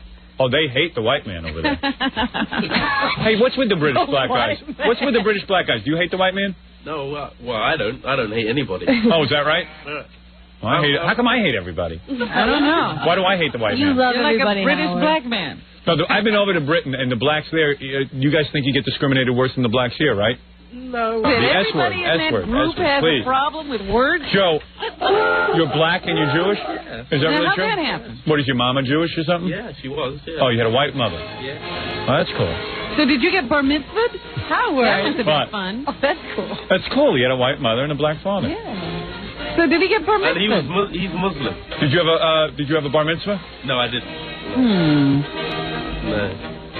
But I had my. Well, you got everything wrong. I have my thing cut. You're a Jew. You're a black. Well, you got a lot of strikes against you. Yeah, I mean, what line do you go in? Isn't it funny when you see black guys who don't, speak like, hey, man, what's happening? It's like, you got an English accent. I love that. I like you. Thank you. And you're not angry at the white man. Thank God. Thank God. Just one more problem you don't have to worry about. I got so many brothers who are angry with the white man. So bad. Black and Jewish, that's some combo. Shalom Aleichem, my brother. Shalom. Shalom. You said your father was Muslim? Yeah, he is. Yeah. Boy, oh boy. Sophie digs that. Sophie digs that whole, The mixture thing. Yeah. A lot of recording artists love that. What's the matter? Are you bored by this? All right, let's talk about your lesbianism. That's even more boring. No, I'm not bored by Joe, but I'm, come on. Recording artists dig that. Give me a break. Recording artists don't do anything, but you know what they do? They don't do anything except sit there. They write a song once in a while. They talk on the phone once in a while. They paint their toenails once in a while. They watch TV, and that's it. You mean Mick Jagger's painting his toenails? Yes, ma'am. Come on over here and kiss me. Come on over. Come on over and kiss me. Give me a little kiss. No way, Howard. Kiss me on the lips. Mm-mm. She's uptight. You know you want to. I'm impressed. Let me dance with you. How you know what? You got her right after all of that wildness was gone. Yeah, Howard. Hey, if you do you know what? Seconds. Listen, I'm running out of time. Would you What? sing a song from your new album, and I'll dance with you while you that. sing? I'd love that. You still got your pants off? No, I got them on. Oh, I'll so take them you're down. supposed to dance with your pants off. Can I dance with you while you sing? Yeah, but No, be like a go-go dancer. Try to imitate Oh, come on, do something Wriggle for me. like a Exactly. snake, Howard. Wrong for wait, me. excuse me. Can I dance with you while you sing? No, stand up there and stand on the desk No, and do your hip. forget it. See? Come on. They never want to do anything for us. No way, I know. Get me off. Come on. You can do it. Get me off. You like girls. I'm not going to get you off. You see a big bulge in my crotch, you get turned off right Oh, away. you're fine. Howard, I heard you said those kind of things. Now, that's old. Okay. You know what girls are up to now. What is this new song you're going to do? Tell me the name of it. What, As I Lay Me Down? As I Lay Me Down. And what is it about? As I Lay Me Down. What does that mean? Does that mean, was it a sexual? Come on, answer me. What did you If mean? you want to hear it that way. No, tell me the way you hear it. I Come hear on. it that way when I'm in the mood. No, and I but hear it. What are you getting whiny inspired for? you when you were writing it? What were you thinking about? Think of something. You know what? Right. Have you written any love songs about Madonna? No. Are you in love with her? God, no. Are you in love with Rosie? No? We're not saying no. Right. Oh, she's not saying no. I'm not in love with her. I love her. You love Rosie? Yeah. As a friend, though. Yeah, I love her as a friend. Right. All right. I don't know. Don't I'm just you love asking. your friends? Yeah. You look depressed, Howard. Well, because I want to get your pants off. But you know what? You're not Come on. going to do it this time, are you? All right, listen to me. What song is this? As I Lay Me Down? All right. Yeah, okay. Okay, and what is this about? Okay. Tell me, what does it mean, as I lay me down? About Isn't that like the beginning of that prayer where you're praying? Yes, exactly. It means, as I lay me down to sleep. What is it? Pray the Lord my soul to keep. And Sophie, you've been drinking? And if I before I What? wake, I pray the Lord to soul my soul. What is it, Baba Booey? I'm just going to help Sophie a little bit. I know that the song is about her father. Who said that? Because I heard it. But her manager's like, I asked her manager. Her manager's as cryptic as she is, because her manager said, well, you have to listen to the lyrics and get your own meaning. What are you trying to say? Your father did something to you? No, wait a minute. Who did you hear that from? People, somebody called and said it's about your father. It's about your father, so why don't you just admit it? Why are you being difficult with me? Why won't you answer any questions? What? These are questions you'll... This is a hard question? What's the song you wrote about? I don't know. Is this about your dad?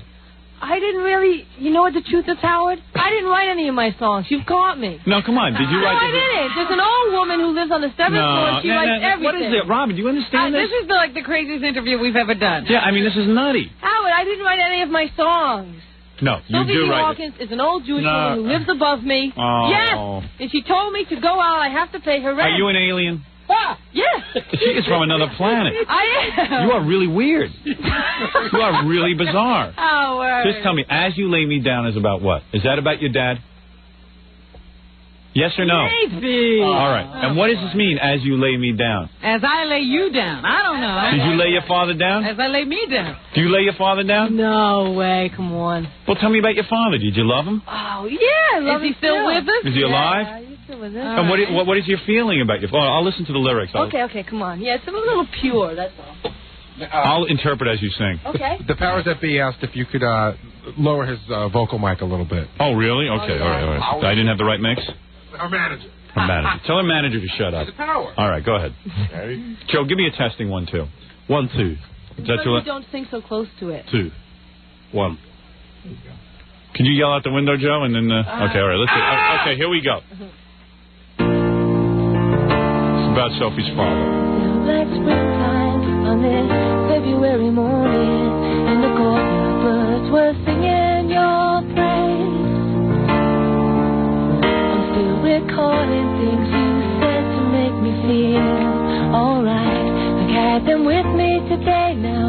I lay me down to sleep, as I pray that you will hold me dear. Though I'm far away, I'll whisper your name into the sky, and I will wake up happy. I wonder why I feel so high, though I am not above the sorrow, heavy-hearted, till you call my name. And it sounds like huge bells, or the whistle of a train on a summer evening. I want to meet you barefoot, barely breathing, as I lay me down to sleep, as I pray that you will hold me dear. Though I'm far away, I'll whisper your name into the sky, and I will wake up happy. Oh, darling, as I lay me down to sleep, as I pray that you will hold me dear. Though I'm far away, I'll whisper your name into the sky, and I will wake up happy. It's not too near for me, like a flower I need the rain. No, it's not clear to me. Every season has its change, and I will see you when the sun comes out again.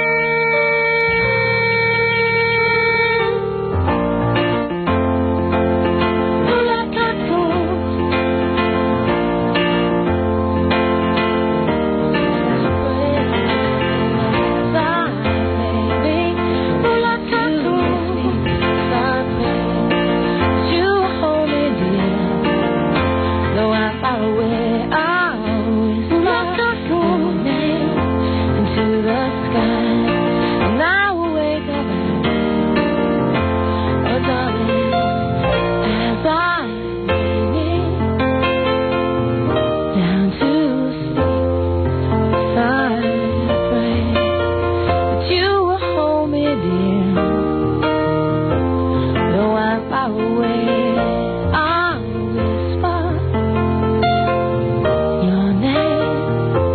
to the sky, and I will wake up happy.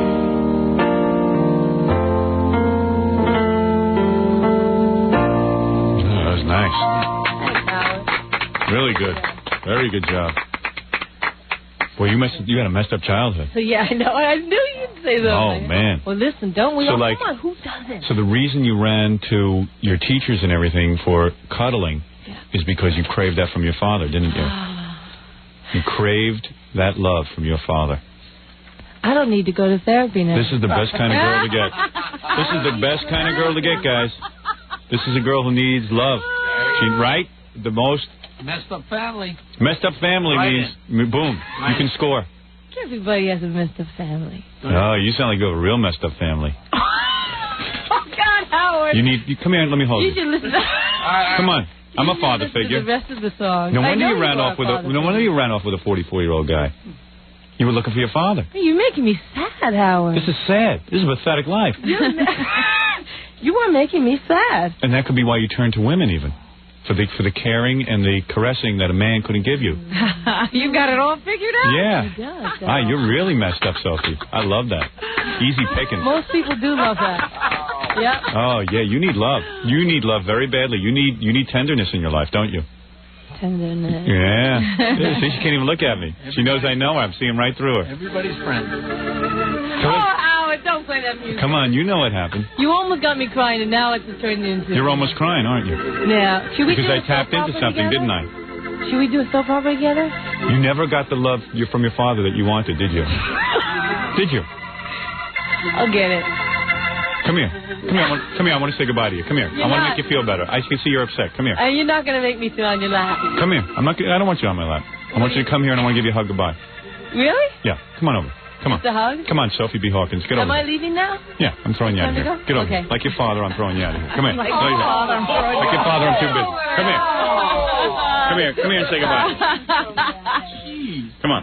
Come here, Sophie. You're going to do something awful. No, I'm not going to do anything awful to you. Come here. Right, I feel bad for you. I trust you. You don't have to feel bad for me. Come here. Oh, come here, you poor girl. Oh, baby. You smell good. I do. You're damn right I smell good. Hey, your body feels nice. You mind if I... Oh, here we go. I like you. Actually, you are a father figure. Look at you turning everything around. Yeah, this is what Daddy's girl needs love. Oh, God. Daddy's girl's been angry, right?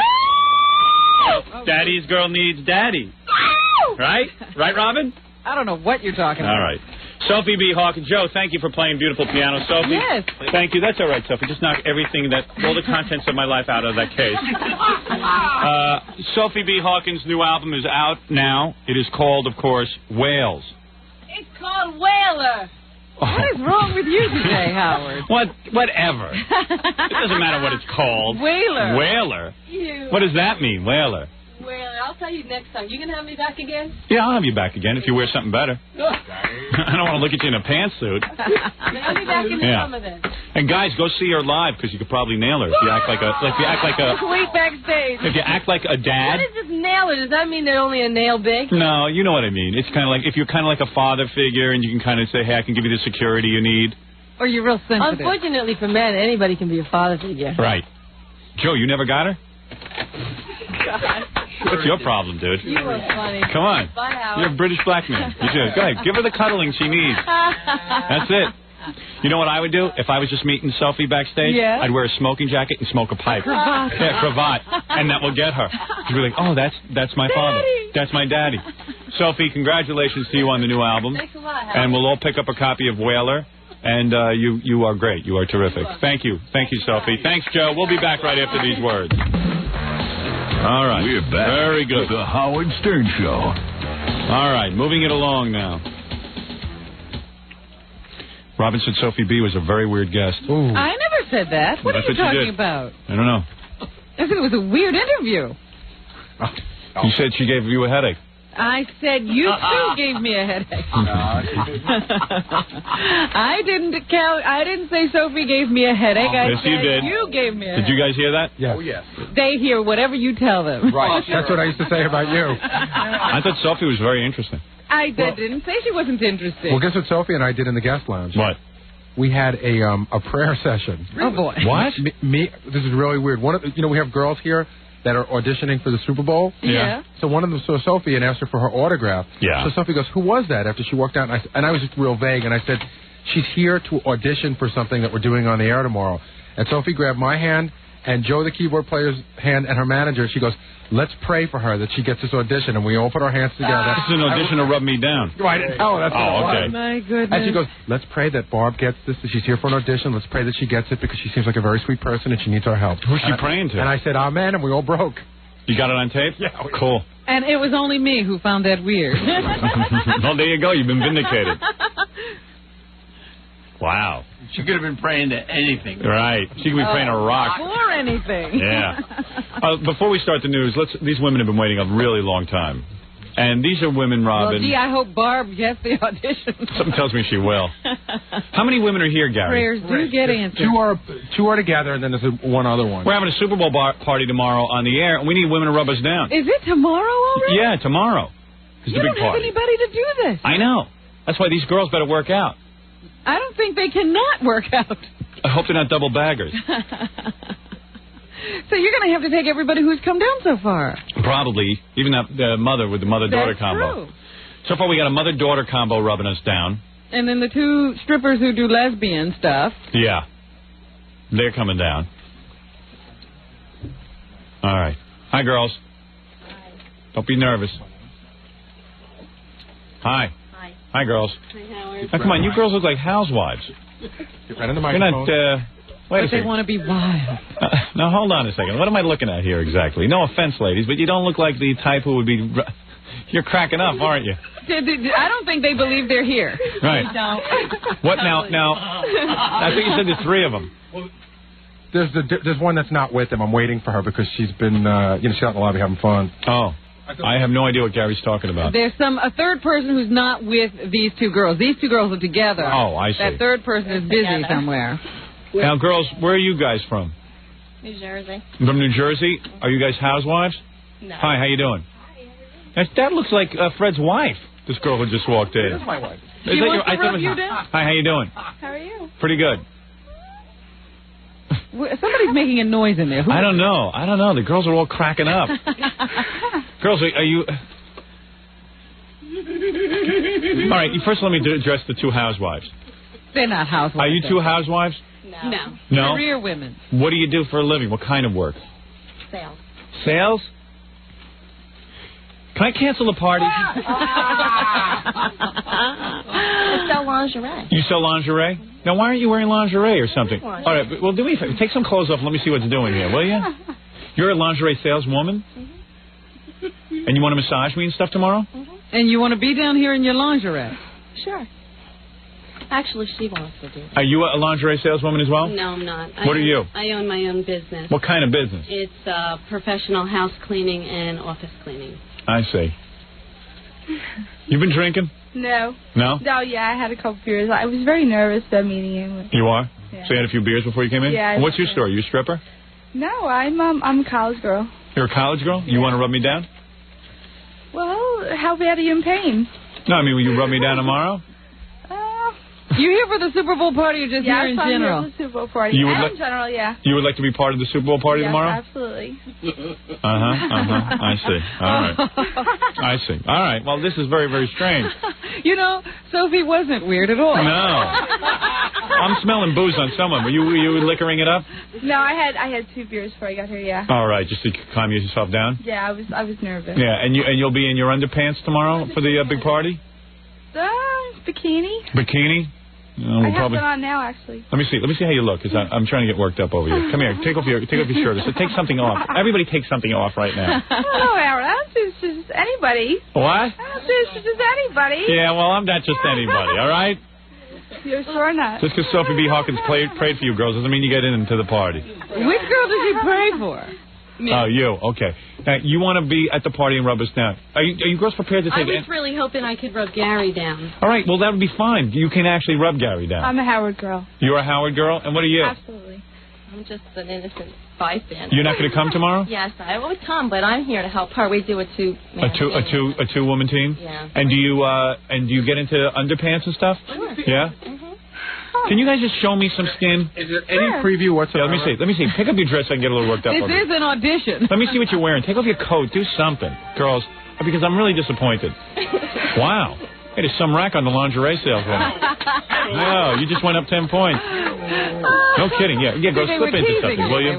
Yeah, don't tease. Let me just see your bodies, all right? Come on, what's the big deal? We're all adults. All right, go ahead. Let me see. Is that lingerie? Yeah. Well, that's a very pretty outfit. Let me see you. Let me see the drunk girl. What's going on with you? Let me see with you. Pull on your Let's pants. call her our college student. All right, now you look a little better with your clothes off. Oh, somebody's going to hit her with a door. Hey, you got a nice body on you. Thank you. And what about you, Miss Lingerie Saleswoman? Let me see something. That looks pretty good. Can you pick up your shirt or something? Sure. Let me see. See what it's doing under there. I don't know. It looks pretty good to me. I don't know. I guess beggars can't be choosers. Where are all the women? I don't think you Howard, positioned this correctly or something. We have 30 minutes to find better. Well, we got to be able to do better. Oh, see, come on now. You know what? I don't know. I can't believe you. I can't believe you. You asked for women. These women. These are hot women. All right, turn around for a second. Let me take a look at your butt. Yeah, turn around. Let me see your buttocks. All right, go ahead. All right, take off those stockings. You're turning me off. Go ahead. You should trip if she tries to turn around. How old are you? 24. All right. Let me see. Turn around. What's she majoring in? Body bruising. Oh. You look good. All right, you're in, I guess. I'm in? Yeah, why not? Are you going to be calm enough not to drink before you come down tomorrow? Are you going to be loaded when you do this? No. Could you be? Yeah, I think you need to be drunk. And can I be drunk too? Howard, you know what? Let's recap and let me tell you who's coming so far. All right. We got the mother-daughter team, although we're not going to definitely have the mother. Right. The mother. And then may we be have uptight. those 2 girls that were here yesterday that were strippers that do a lesbian act, and the penthouse pet of the century. Right. So I think we need more people. You do? And I think these are them. Well, I think I'll probably have the penthouse pet of the century, and the other guys will have the other girls, right? No, you got to rotate. No, we're going to rotate. All the girls will rotate. Are you girls on for tomorrow? Are we in, Howard, or what? Yeah, you're in. These two are very skeptical. I don't know if they're really into this. Are you two into it? You two girls into it tomorrow? They wanted to meet you. What? Just a little nervous. Well, what are you going to be nervous tomorrow about? there's going to be a bunch of guys in here who are waiting for rub downs and stuff. We're depending on you to rub us down tomorrow. Are you good? We have no problem. Yeah, we want erotic massages. Oh, no. You understand that? You understand erotic? We know about the massage. Yeah, we want erotic. Just a little nervous. Do you know how to do an erotic massage? Absolutely. You do? Yeah. Even when you like oil that makes you hotter as you rub it? Yeah. Yeah. Because you have to be We even brought some lotion. Good. Are you girls going to be able to handle this? Oh, sure. She even brought a little tool with her. A tool? Let me see the tool. You're not touching me with that, honey. That's a big giant tinker toy. It's for Gary. All right. Listen, girls, you're in. I have no choice. All right? Oh, thanks. All right. Go ahead, girls. Go ahead. Put your clothes back on. It's like coming in front of the wizard, you know? Yeah, right. All right. Listen, you look good. I'd like to see the blonde in her lingerie, if I may. Yeah, just pull off your dress. Let me see everything. Are those breast implants? Just take everything off. Get completely naked. I need to see something. Let me see. Wow, you got some body on you. There. Yeah, you can definitely rub me down. Wow. You got a husband? No. Really? Boyfriend? I have a husband. You have a husband? Yeah. He doesn't care? No. All right. No. He's outside, actually. You have a girlfriend? Yeah. Are you a lesbo? No. Howard, I have a deal to make with you. All right. I don't know. All right. You know what, Howard? This has just been a strange day. I think something. I'm ready to call my wife in to rub me down. What is this? All right, girls. Get yourselves dolled up for tomorrow and rub me down. Let's pray for an earthquake. Right now. What? What about them right now? All right, give me a little sample quickly. Quickly, and I mean so quickly, quick as a bunny. Quick as a bunny. You see what she's totally blasted. She's banging right into walls. Yeah, be careful. Hey, fix me up. What's your name? Kimberly. Kimberly? Yeah. What was the name you made up before that one? You said, hey, you are a pretty good masseuse. And you understand eroticism? Yes, absolutely. Because I don't. Go ahead, let me feel that. Oh, yeah, you're not bad. Hey, rub my chest, will you? Nice hair. You're damn right I have nice hair. Go ahead. Rub me down, will you? Yeah, there you go. There you go. Now you're working. Now, you guys aren't going to be so intimidated tomorrow that you can't touch him. Well, are you girls going to be not... I can't have you be intimidated that you can't touch me. Just because I have a rest stop named after me. All right, this girl's pretty good. I can't believe we started off this day with the governor here. You're doing too hard. You know what? You might be a little loaded, but you're trying hard, and I like that, okay? Yeah. All right, go ahead. Get out of here before I throw you out the window. Go ahead. All right. You're completely blasted. All right, that was good. Thank you. All right, the guys will like you tomorrow. What school does she go to? No, maybe you better not say. What college are you going to? Oh, do you really? It costs a lot of money. Yeah. 4.0 average. You have a 4.0 average? Yes, I do. In what? In beer. I'm a psychology major. You are what? I'm a psychology major. Are you really? What do you want to be when you get out of school? You're a psychologist. You're going to help people? Yes. Oh, boy. I'm going to help people like you, Howard. All right, tomorrow you'll help me. I got to go. She has a 4.0. She has a 4.0 blood alcohol level. You have a 4.0 grade average or a 4.0 blood? 4.0 grade point average, yes. I'm a very intelligent woman. You are really? Yes, I am. All right, I want you to rub me down tomorrow. I'll be in my because you've never had underpants. a 4.0 rub you down. No, I never have. Closest I ever came was a magna cum laude. So a summa cum laude I've never had. All right, very good, girls. I'll see you tomorrow for the big party where we get to touch each other. All right, thank you, girls. All right. Thanks, Howard. All right, very good. 4.0. Bye, girls. I'm always amazed when that door opens. What happened? I used to attract big-time talent. How did that happen? I don't know. 8 years ago, you used to say, maybe we'll have a party, and they'd be lined up beautiful girls out. And you'd have to reject. Now you're a superstar, and look what's parading in front of us. Yeah. What happened? I don't know. You got an inverse thing going here that's not good. Something went wrong this year. I know. We didn't promote it right, or something. Maybe I just didn't say it enough.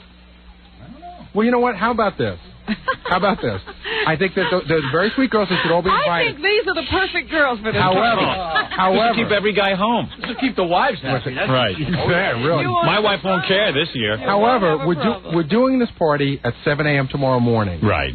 If you're hearing this and saying, gee, I thought I couldn't get in. Look, let me handle this. Okay. Yeah, because I think this is what you're attracting with that plea. Let me handle this. Hey, look, girls, we're desperate. Once a year we have Super Bowl party, and we want to have some hot-looking babes mellow us out. You dig? Jesus, I'm trying to think. There's not one Well, the girl who came in here with her mother is really pretty. Yeah, I mean, come on, girls. And then you got a penthouse pet. I can get real angry tomorrow. I've punished the audience. Right. You know the penthouse pet of the decade or of the century isn't going to be the world's best masseuse. No, you know what I mean? no, she'll be good to look at, but she's certainly not going to help out. She's not going to have time to really pay attention to you guys. Right. Man. Jackie, you better bring your wife down. Yeah, maybe Fred better bring his wife, too. Yeah, I'm going to bring my wife. Yeah, you want your wife to rub you. Bring our wives to rub us down. No. I'm not looking for that. I'd love to have your wife massage. That's all right. She's not going to touch you.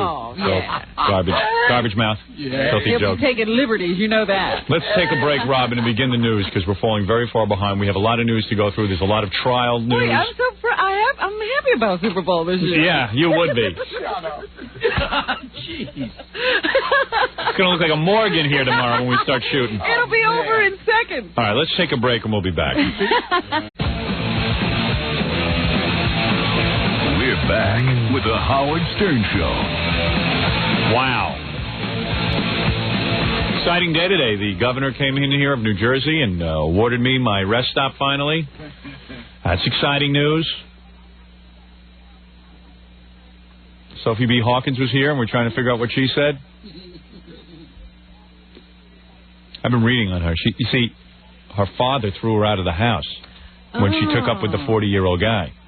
Now this makes sense. Yeah. That's how she wound up living with him. All right. Boy. That's what it said here in this interview. But, you know,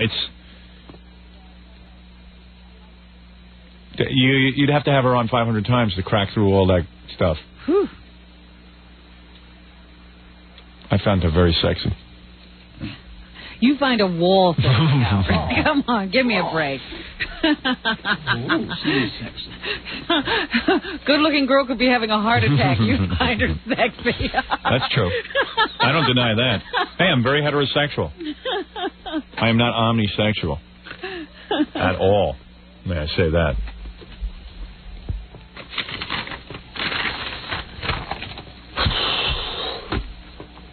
You know, our agent was out at the NATP convention, the National Association of Television Programming Executives. Right. And he was telling me he was sitting at a table and he saw Stuttering John having a meal with Brandon Tartikoff. Ew.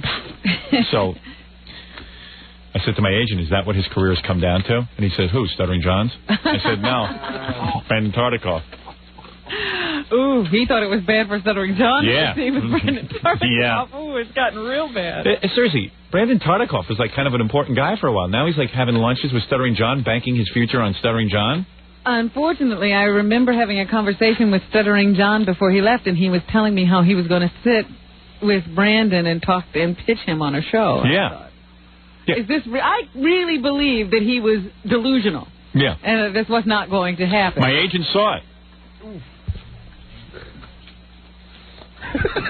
What happened? Is Brandon Tartikoff a total loser now? No, I mean, you kidding me? All the big guys in the business were coming up to him. Yeah, they're coming up to him and saying, hey, remember when you were important? Brandon Tartikoff was the NBC. He was the president, right? He was the guy who picked all the shows. And then when he left that job, he figured, oh, now I'll go create the shows. It seems easy enough. And then he realized it's a lot more difficult creating the shows than picking the shows. Why do all those guys eventually think they can create the shows? Because everybody fails upward. Everybody. They get to a point where they can't function. I'm the only idiot who realized I'm only good at radio. I do a TV show. I'm doing radio. See? But, you know. No, it's funny. So how did your meeting go, John? It was a lot of fun. So let me get this straight. Did you fly down with Brandon Tartikoff? No, I flew on my own. And then you got down there and you had a meeting set up with Brandon Tartikoff? I went down to hang out at the bar with the executive producer of Last Call, a show that I'm doing. What? I went down to the bar to have a drink with the executive producer of Last Call.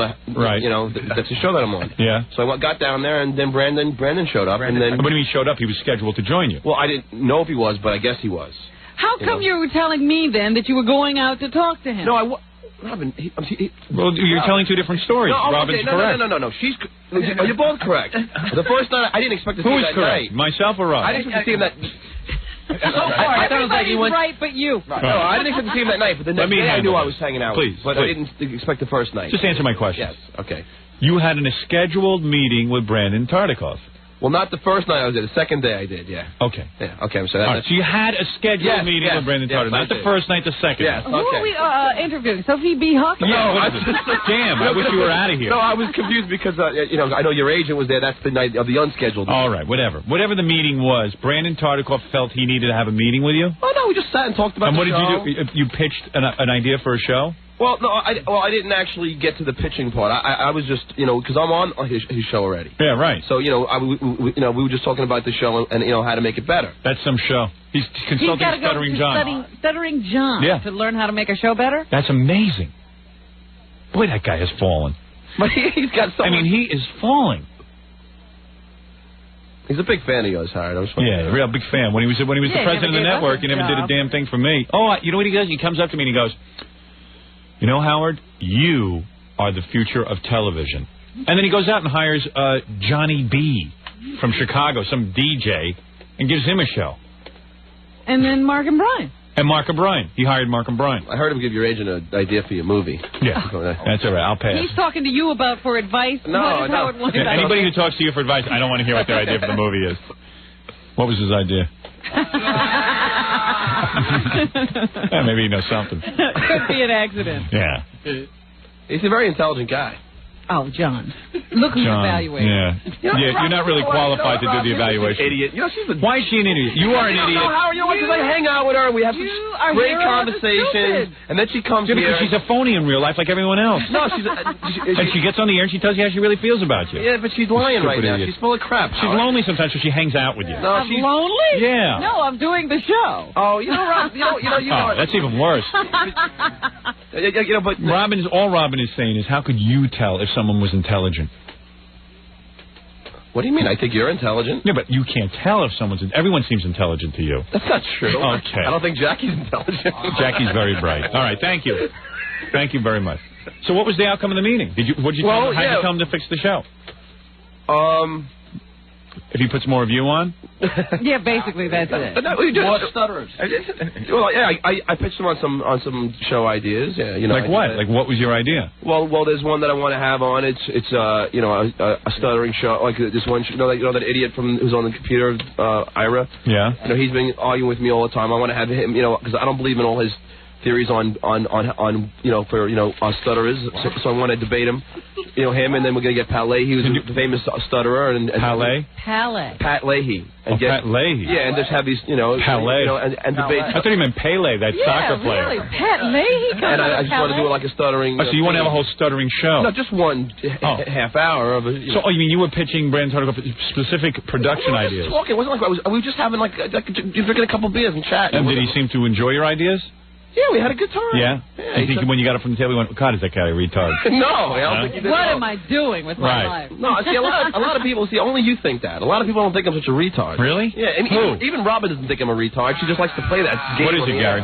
See, it's funny now, because John called from Vegas yesterday, and he wanted to talk to you in the morning. Right. Because he was complaining to me how uncomfortable it was talking to Brandon. Like, John didn't know what to say to him. It's very difficult. And he didn't know how to converse with him. John listens to everything I say and then makes it part of his personality. That's John. What do you mean? I called here? I don't understand. No, I've talked about how difficult I'm awkward in social situations and don't know what to say to people. Who's awkward. Excuse me.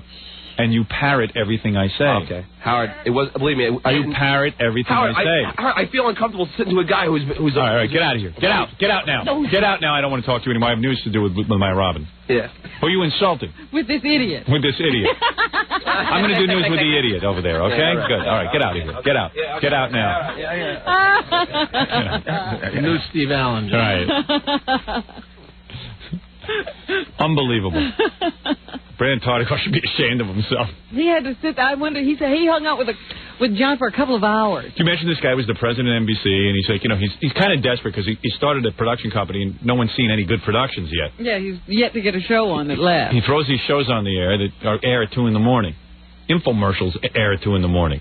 So then he's finally, I guess, in an act of desperation, sits down with Stuttering John And John goes, okay, I have some ideas. Okay, what's your idea? Well, we could like get a guy on, and he could stutter. I'll talk to him about. It's like John is the Forrest Gump of media. Like suddenly he's meeting with Brandon Tartikoff, has no clue, and Brandon Tartikoff's listening. Like remember when Gump used to say stuff and people would misinterpret it and think, wow, he's when they started running with him, waiting for him to say something like he had something profound to say. Right, and then he would run and run and run for years, Forrest Gump, and then suddenly he would say something like, I have to go home, and all the people go, whoa, we're going home. That's right. And that's Brandon Tartikoff. He's sitting at a table with Stuttering John at NATPE. Doesn't know who to meet with. Because you go to NATPE, every show is the same. Everyone now has an Oprah show, except it's with young people. That's the new thing this year. Everybody, they just grab different young people. And they put them in an Oprah or Ricky Lake setting. Yeah, like Brian Wilson's daughter now has a show. You're kidding? No, but she's Ricky Lake. They said, let's get another fat teenager. Wendy Wilson? Wendy Wilson, the fat one. They got I thought she was a singer. Carrie Wilson. She's the fat one. Oh, she's the fat one. Yeah. Carney Wilson. She's got a show, because they said, wait a second, she's young, she's fat. She looks like Ricky Lake. And she looks like Ricky Lake. She could be a success. Yeah, yeah. So they put her on. That's what they do now. Yeah. And might have a show, but it's the same show. It's the Oprah show. It's the Phil Donahue show. Actually, yeah. We're young people, and we're black people yell at each other. And there's plenty of black people that go around for all these shows, evidently. Got millions. Right. White America has finally figured out what to do with black people. Stick them on these shows and watch them yell at each other. You can watch them. Go watch them.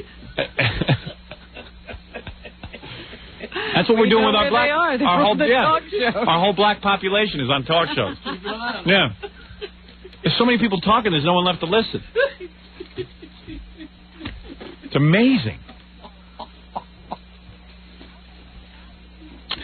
So everyone's so confused down there, doesn't know what to do. Brandon Tartikoff's desperate. He's meeting with Stuttering John. He falls into a bar and starts talking to Stuttering John. About television. I mean, talk about a nightmare. Well, John has a lot in common with Brandon. They've both watched it. Yeah. You know what I like? Stuttering shows. Gee, do you have any other themes you might want to... Because, like what happened is... this guy argues about stuttering. We disagree about decisions on stuttering.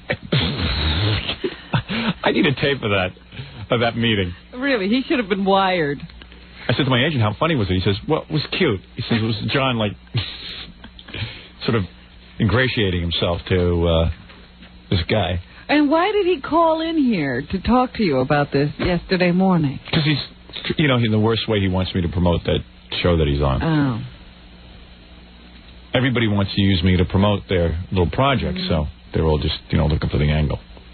Brandon probably said to him, why aren't you talking about it? He's here every day, and he flies out to Las Vegas to call you. Yeah. That's John. That's our boy. And Brandon sat down to see what other ideas he had. Right.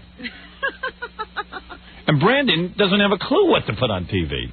I mean, he did when he was a programmer, because all these top guys used to come to him and say, hey, we have this show, we have this show, this show. Which one would you like to put on your network? He used to be NATPE. Right. Everybody brought him shows.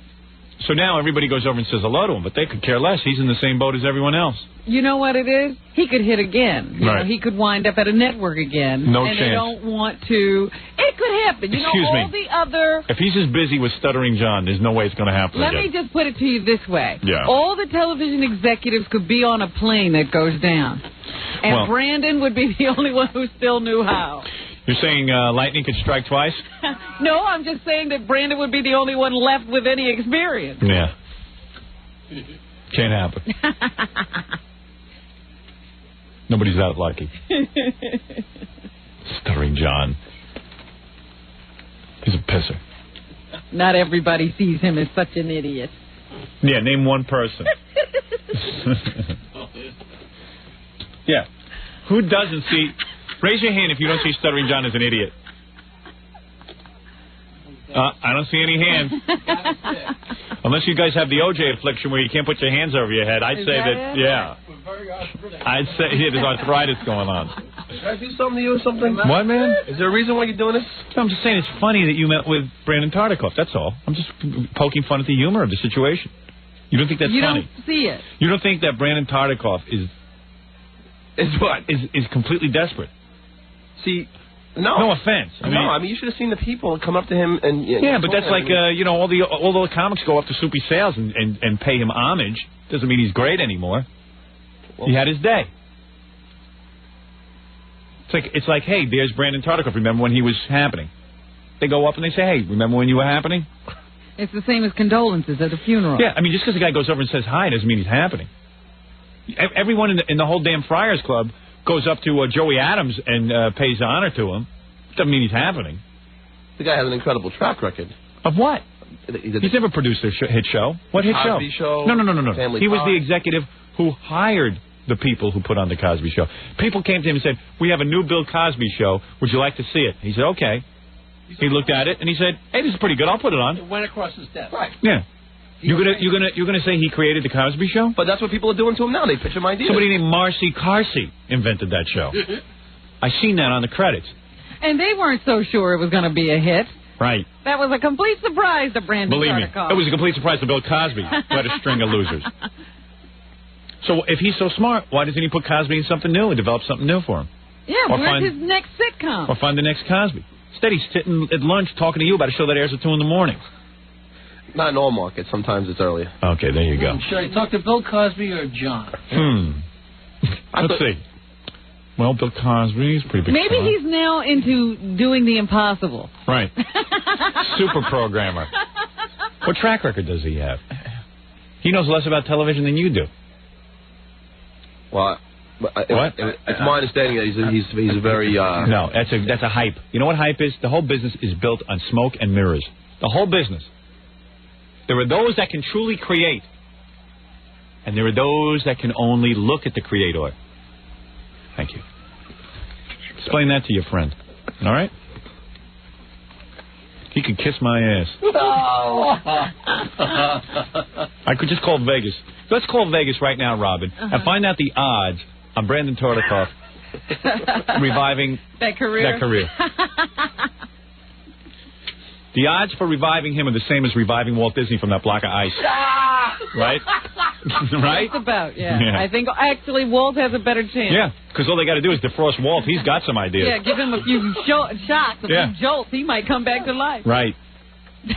And they'll find a way one day. Walt Disney will be back with us. Oh, yeah. I don't know about Brandon. Now, whether he'll still have it or not, that's another question. My agent said it looked like it was the saddest thing he ever saw. See your agent. There's a guy I'm just as uncomfortable with talking to as Brandon. Who? With your agent, I'm very intimidated by too. I mean, I get intimidated. You know? I get intimidated. Now, who cares who you're intimidated? I know, but I'm saying. Of course you should be intimidated. You've done nothing your entire life. Of course you're intimidated. You've produced nothing. Look at the face that you have, Robin. What do you want from Robin? She didn't say a word. Get out. Get out. Get out now. Now you've insulted Robin again. I'm not going to stand for it. All right, get out. I won't insult her. Well, get out anyway.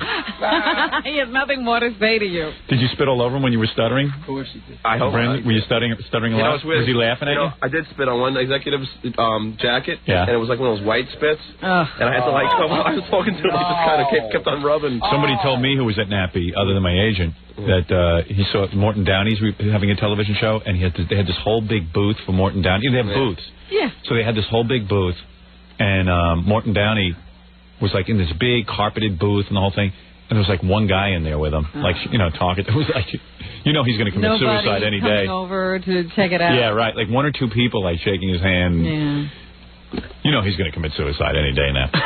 I mean, come on, it's over. It was over 5 years ago. Now it's really over.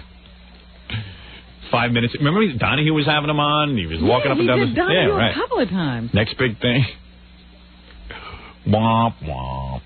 Donahue won't have one now. No. Now when he really needs it. Yeah. I heard Morton Downey turned down a meeting with Brandon Tartikoff. That's how bad things were. Brandon Tartikoff flew out to Vegas to meet with John.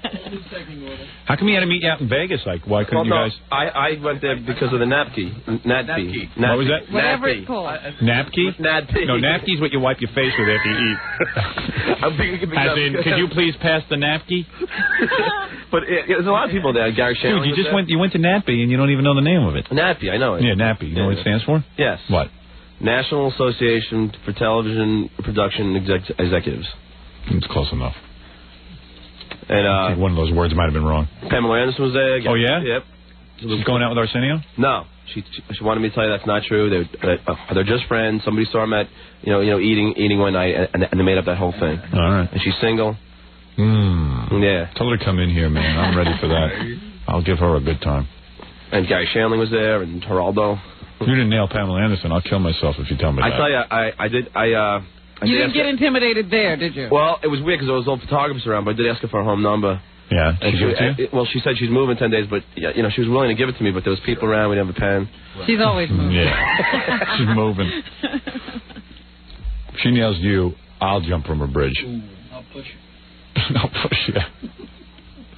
All right, thanks, John. No, you just get John and throw him from the bridge. Yeah.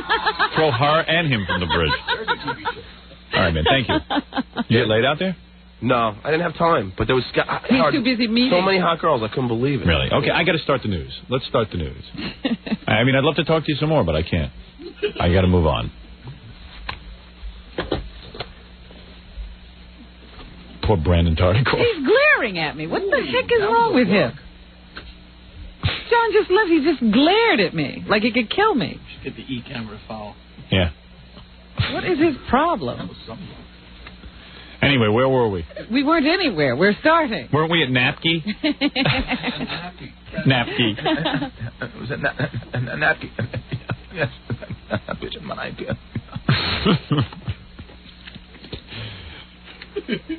That's pathetic. I mean, I can see, like, Brandon Tartikoff meeting with, like, Dick Clark or somebody who had, has produced some programs. Gary Shandling's out there, right. or Pamela Anderson, or any of these people. Yeah. Wonder if Shandling hooked up with Pamela Anderson. Isn't he still with, No, I heard he dumped her. No. Yeah. You were going to check on that to see if it was real. I heard he dumped her. He's getting tired of that. I thought they were engaged. Yeah. Yeah. If I was single, I'd be engaged, too. You would always be engaged. I know. I'd be perpetually engaged.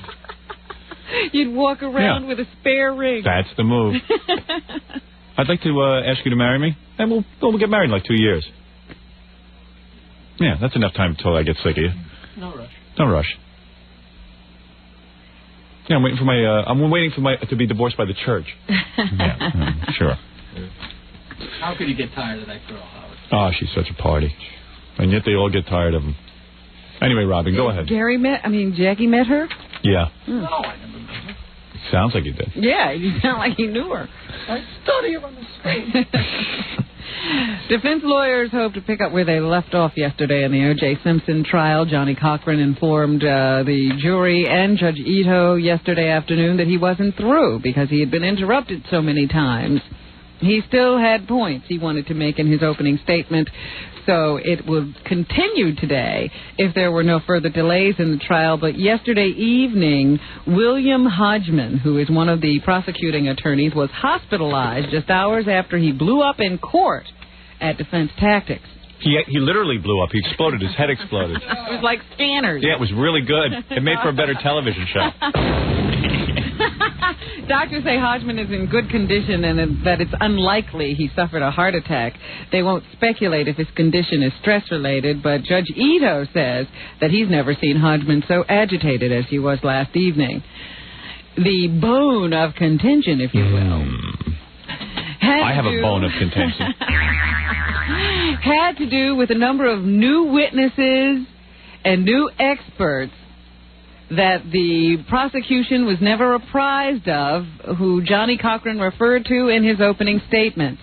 The prosecution feels that this is a breach of the discovery procedure. They are supposed to be informed about all witnesses and all the experts and all of that stuff so that they can plan their case before they actually go to trial. So they feel that they're not being given enough time, and they may ask for a delay in the trial so that they can update themselves as to the new defense strategy. Here is a little bit of what went on yesterday. Let's start with Johnny Cochran. Oh, Johnny Cochran. The lead defense attorney for OJ Simpson, who said, number one, that his man is innocent. And then he methodically went through point by point all of the prosecution's assertions and allegations about his client to show that there was great weakness in their case. We expect to introduce evidence that from their own records, that laboratory is a cesspool of contamination. Not up to speed, not up to standard. We think we can conclusively indicate that in the course of the testimony in this case. Yeah, so how did OJ's DNA, get there? Let's just say this, that I just want to explain to people what he's talking about. He is now complaining about procedures conducted by the Los Angeles Police Department lab. He says that they do shoddy work and that you can't trust any results based on samples they've... What else does Johnny Cochran have to say? Johnny Cochran, what else do you have to say? Speak up. We expect there will be testimony that on the date of June 12th, Mr. Simpson was involved in the acute phase of his rheumatoid arthritis. Oh. And on that date, after he had played golf... How do you play golf with rheumatoid arthritis? The problems with his hands were so severe he could not shuffle the cards where he played gin rummy. What a life. At the country club thereafter. What a day this guy had. He spends the day playing golf at the club and then playing gin rummy. How could OJ in the locker room? How could OJ be so damn angry? He's got that, listening to the history of Paula Barbieri in his life. He took up with her after the divorce from Nicole. Then when Nicole started chasing him, according to Johnny Cochran, it was Nicole who decided that she wanted to try to put their family back together. She put together a family videotape. Wow. And then sent him pictures and said, I want my family back together. So OJ said, let's take it slow. I got a new girlfriend. And so Paula was dating him. Nicole was dating him. Super lifestyle. I mean, why did he have to go nuts? This was heaven, was it not? Oh, please. Of course it is. Please. Some people's lives have been reduced to meeting with Stuttering John. You got a guy. Imagine a little golf. This is what I'm going to do. Wake up this morning, do a little golfing. Then I'll play gin rummy after lunch. And I'll go home and have sex with maybe Nicole, Paul Barbieri, maybe the one from the Whitesnake videos. Tawny Katane. Or maybe, there's a new girl in Playboy this month. Right. Let me give her a call. Because I am going down to do the Hawaiian Tropic beauty contest. That's right. I'm a judge. All right. That would make you vicious. Yeah. Sure. You'd be angry. You tell me, maybe this is a defense right here. Yeah. How could the man be upset? Yeah, it's impossible. There is nobody on the planet who would be mad having that kind of lifestyle. But that Johnny Cochran's smooth. I like his glasses, too. He kind of looks like Sammy a little bit. That's true. There's those big power frames. Power frames with the tint because you can't really see his eye. Yeah, well, that's to make the ladies swoon. You got 6 black ladies on that jury. Johnny is going to look at that fine brother. And he's always very complimentary. Notice how when he refers to the jury, he says, I know that we worked long and hard to make sure that we got people who would keep an open mind. And I know you're keeping an open mind, ladies. He's a preacher, that guy. He's no lawyer. He did a good job, but OJ's still guilty. Let's hear some more of what... Well, his job is just to get him off, not to prove he's innocent. Yeah. There will be, as I understand the evidence, no trace of blood on the white carpet. Upstairs or on the stairs or upstairs. No trace of blood on the white carpet from any bloody shoes. No trace of blood on the white carpet from any bloody pants or shirts. And no trace of blood on this white carpet from any bloody socks. Yeah, but there's some blood in that car, and maybe he took his clothes off before he got in the house. It's grasping at straws. Yeah, it really is. Why has OJ got blood anywhere? Yeah. But how do you explain the blood anywhere? And the blood mixture. I wish they could show the jury. I don't see why they can't, because I'd love to see, listen, he's playing to the 6 black ladies in the jury. There's no question in my mind. He's got to get them going. And I picture them swooning like the Supremes in unison. You remember how Salt and Pepper treated Lawrence Fishburne? Yeah. That's a man. That's how those women are thinking of Johnny Cochran. He's a fine brother. What a man. Now, that's a black man. Let me say something. That's the black man that white America does not see. But there's a brother who wears fine suits and can speak well, and he is articulate. And he is winning me over, goddammit. He is right. There's no blood on that white carpet. He is right. So Johnny's his opening statement was interrupted several times during the day by William Hodgman, one of the lead prosecuting attorneys, who objected to all of this new information they were now getting. And a big meeting was held after the jury was dismissed because one of the jurors had a previous doctor's appointment.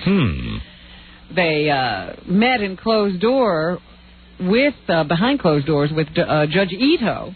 Judge Ito. Judge to discuss exactly what was going on here and what the prosecution would like to see done as a result. So here is William Hodgman lodging some of his complaints. I don't like it. We have a myriad of representations as to the defendant's physical condition with regard to dyslexia. Where is the report? Arthritis of several different varieties. Where are the reports? An expert regarding shoes. Where are the reports?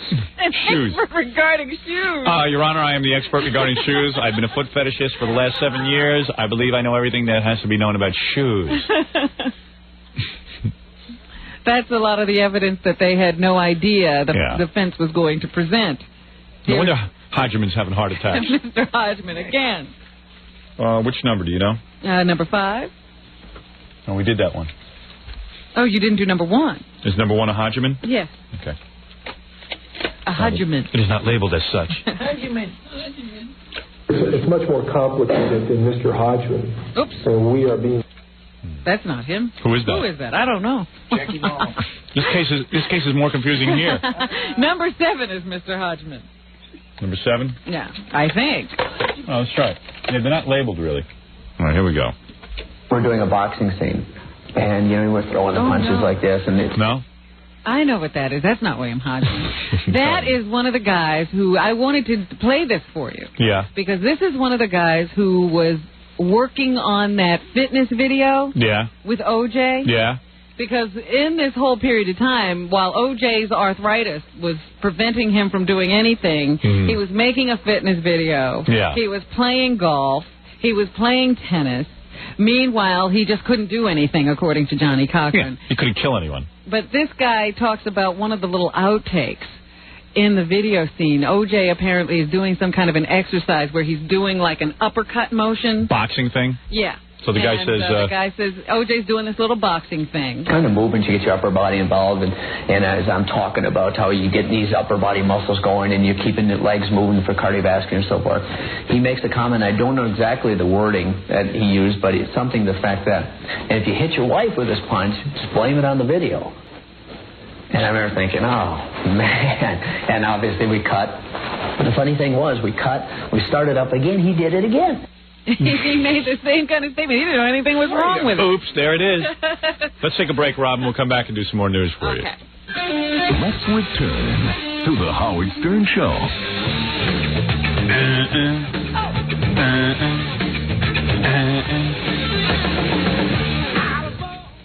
That's a good song. David Lee, right? Tobacco Road. Where were we in the Captain Japan trial? Judge Ego. Yes, once again, Johnny Cochran making the case that he thinks the Los Angeles Police Department conspired to plot against O.J. Simpson and frame him with this murder. Yeah.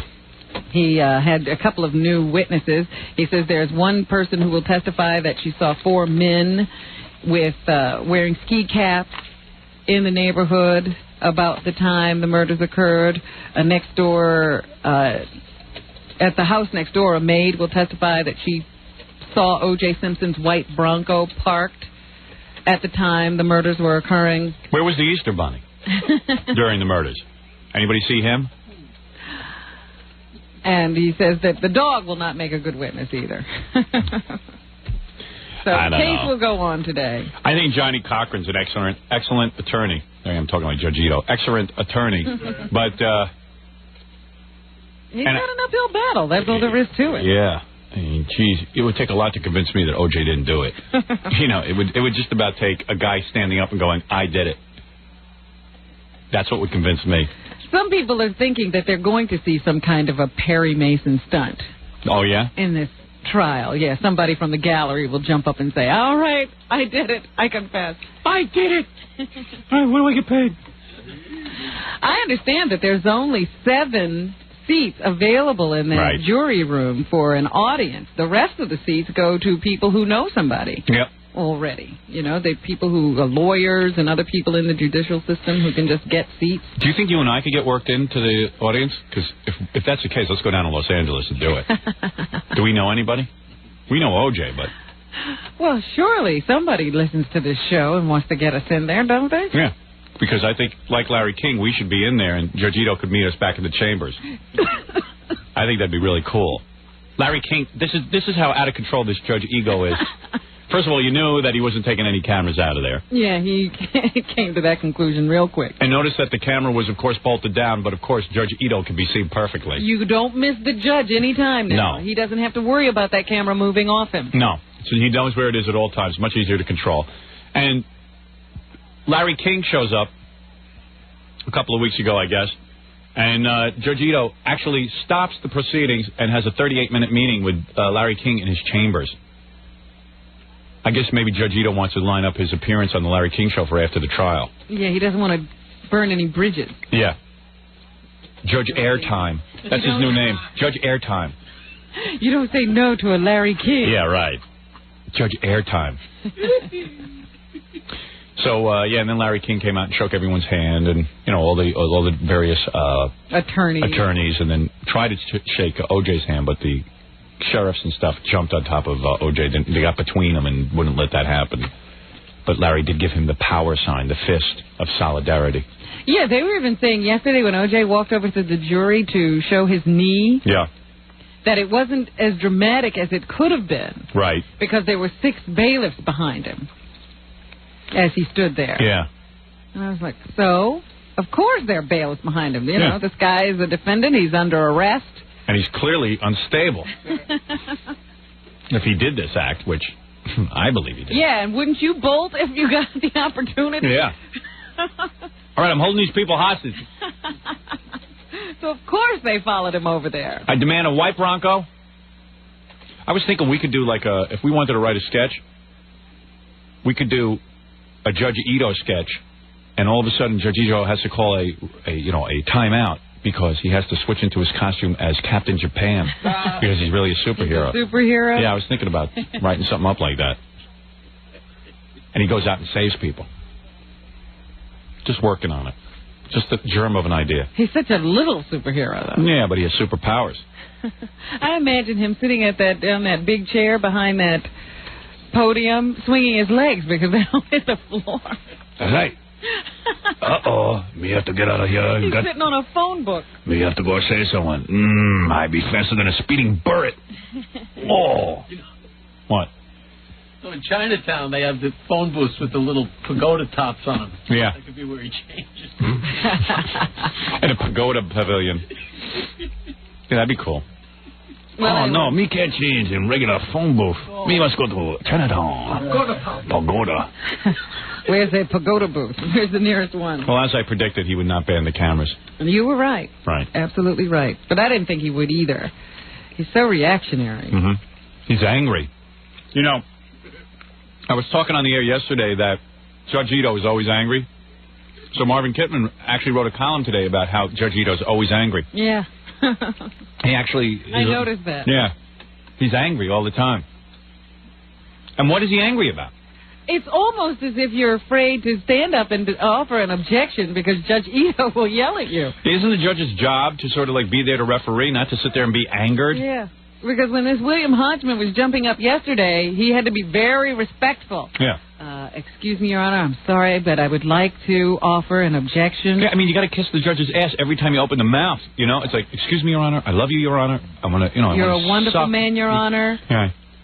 And I know I've said this before, Your Honor, but I'd like to just point out again, Your Honor. They say Your Honor. Oh, well, because it's so deferential. Is that the word? Mm-hmm. Yeah. Why don't they just bow? Yeah, look, that's what he wants. Emperor Ito. Follow me. You'll bow, dog. Bow now. Whatever happened to that? I object. No, you don't yell like that in Judge Ito's chamber. Excuse me, Your Honor. And Judge Ito's got that scowl on his face. Yeah, and he doesn't have time for you. Right. When you offer your objection, I've said that already. I've listened to you before. I know what you're going to say. Yeah, excuse me. You don't know what I'm going to say. If you knew what I was going to say, if you had anything, you'd be an attorney in private practice instead of taking a job for $20,000 a year where you don't have to worry about anything except people kissing your ass. Now, don't tell me you know what I'm thinking. That's what you want to say to the guy. And then when he pointed out, I have that in my notes already. Yeah, sure you do. If you got it in your notes, why don't you shut the guy up? No, you're not allowed to talk back to the guy. I'm going to give him his opportunity to speak here, and we'll take that up later after the jury's gone, okay? Now, Judge Ito's got to remember something. The prosecution represents those 2 dead bodies. That's a pretty important position to take. He represents all of us, and we want to be made whole, as they say. That's right. Judge Ego, on camera. And people say to me, oh, this is so great. We're getting to see how justice is done. This isn't justice. This is how justice is usually done. You kill 2 people. You kill your wife and her boyfriend or something, or some guy that she knows. You plea bargain down. You get probably a sentence of 10 to 15. You plea bargain down to 7. You serve 3 to 4 with good behavior. That's justice. Nobody goes to prison for killing anybody. A couple of years. The worst. And then, and by the way, when you're going to be on trial for murder, I doubt you could afford to have the head DNA expert in the world show up at your trial, so you might as well kiss your ass goodbye. I like that. They go, we are now going to tell you that one of the people you'll be meeting is the guy who not only wrote the book about DNA, but he invented DNA itself. And won a Nobel Prize. Now, when you go to trial, you're going to get the guy who wrote a book about DNA, about the guy who read a book about DNA. So that, this is not justice. He's got the woman expert, who's going to come and talk about him not having this syndrome of the kind of batterer who commits a murder. She's the woman who is the mother of spousal battery, and testifies in all these cases. Yeah.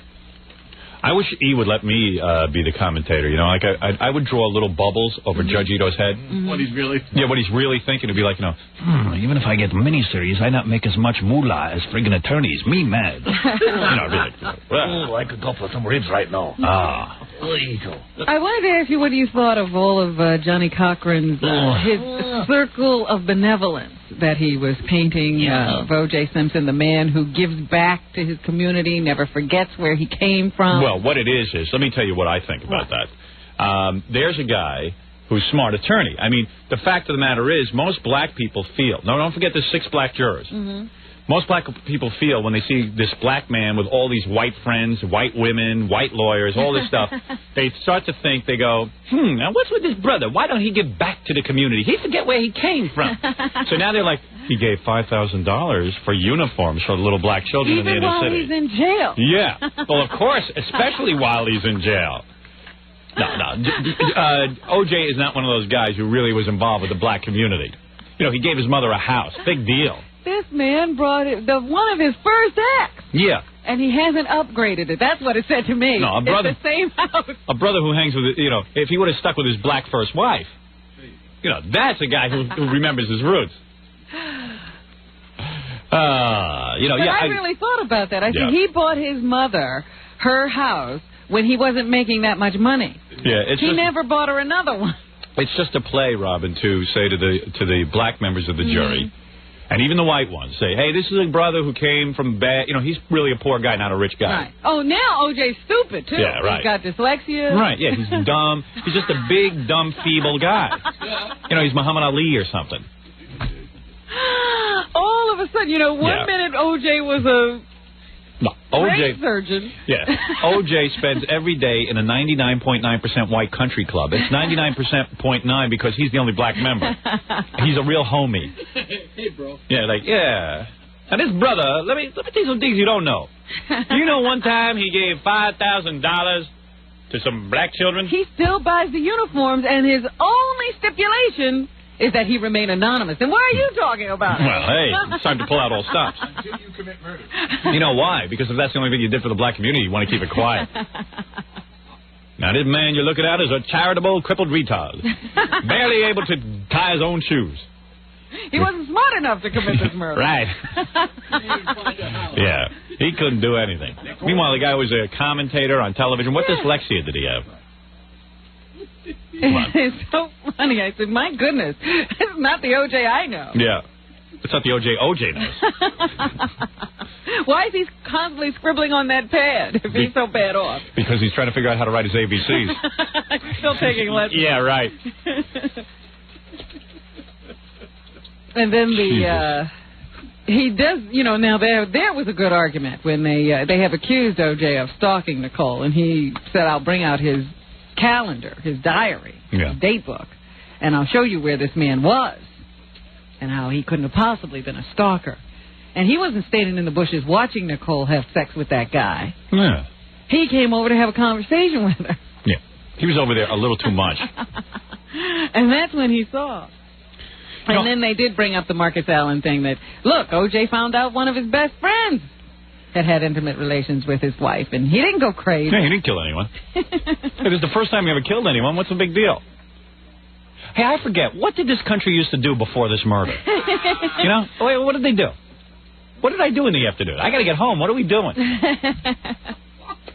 Colin Ferguson, meanwhile, the man who is accused of shooting up the Long Island Railroad, he is about to offer his own opening statement in his own defense. He's defending himself. So when did they show that on TV? His own opening statement. There's another innocent guy. He compared himself to OJ Simpson in a way, yesterday. Yeah, they're both killers. Right, good job. And he said to the judge that he hasn't had enough time to prepare his opening statement, but I think the judge is going to make him give his opening statement today anyway. You think that one's going to be rambling? I bet you that Colin Ferguson gives a better opening statement than the prosecution did in the OJ trial. I wish we could see it so we could compare. Why are there no cameras in there? OJ. No, I don't think so. They're not allowing any cameras in there. Is that true? Yeah. I don't know why. We can't watch that one? Yeah, I'm more interested in that one. Yeah, this guy's got a really interesting attorney himself. Anyway, he's going to argue today that he is not the murderer. That Jackie Martling is the murderer. He says that a white man fired all the shots. Cool. This is good that it's running parallel to the OJ trial because they're both equally ridiculous. Well, you see, Your Honor, there was 4 men that showed up in a ski cap, and they were Oriental, and one was Puerto Rican, and maybe there was a black guy there. Who knows? And they were very angry. And they were angry. Now, my theory is, Your Honor, and gentlemen of the jury, that this was Johnny Cochran yesterday. See, there was they were following Ron Goldman probably, and he was up to some shenanigans. You see, and then OJ's high school teacher saw aliens in the parking lot. And then a bear came out of the woods. And that's the whole story. And that's it, and I swear to God, I can prove every point. And there was a giant with an axe. Where's my $10 million? I had arthritis. I couldn't hold the train ticket. Yeah. At one point, Johnny Cochran actually said, now, let me tell you how bad the police have messed up here. Now, I'm sure they're very fine police officers, but let me tell you something.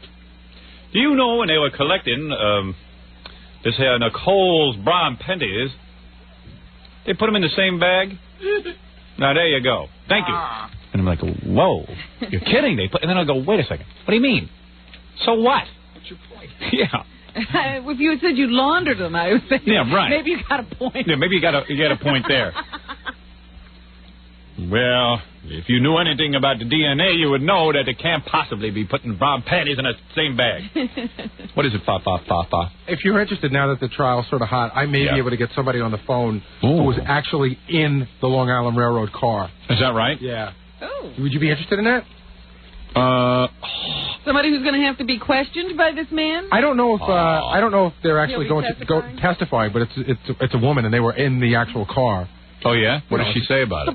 It's him. Of course it's him. No one doubts it. There's no doubt in her mind. She saw him with a gun shooting. But it is kind of weird. I mean, like a guy says, there are people in the jury who'll believe him. You just deny it. Of course he was a white man. And people just back you up. How many black people on that jury? I didn't look. Well, then I don't know what that jury. Go research, please. No, that's all right, Fafa. I'll take a pass on that. New book coming out. Written by a woman Robin who Quivers. was the first... No. I'm talking about another book. But you were doing some plugging for yourself. No. By a woman who Georgia Davis Power. She's 71 years old. She's the first black ever elected to Kentucky's state senate. Who wants to read that? Well, you'll want to read it because she admits to having had an affair with Martin Luther King during the last year of his life. Do you admit that in your book? No, I couldn't make that assertion. Why don't you make up some stuff? I'm sorry, I couldn't say that. She'll stand and go, me too. This woman says that on the night before King was murdered, on the balcony of the Lorraine Motel, she had spent the evening with him. Whoa, sexy. She said she had met him 3 years before they actually became intimate as a result of an introduction made by his late brother. Their friendship spilled into intimacy. She was just divorced in her 40s and not feeling very attractive. Dr. King was already a great man. You mean Dr. Love? It was one of those things. My darling, you have a beautiful face. I have a condom. Good God Almighty, a condom at last. Condom at last. I'll spread over on that bed. I simply feel bad for Ralph Abernathy, who took a lot of heat for implying that Dr. King had had a number of affairs or had affairs on his wife while he was living. People yelled at him and told him he was wrong for even implying it in his book when he wrote it. And it turns out that it was not only true, but this woman is now writing all about it. Yeah, I don't think anybody doubted Ralph Abernathy. But I'm just saying he took a lot of criticism because of it. A lot of black guys came down on him because, you're supposed to, make pretend up. That people are saints. Right. Hey, he was a man, and, that whole preacher thing gets you laid.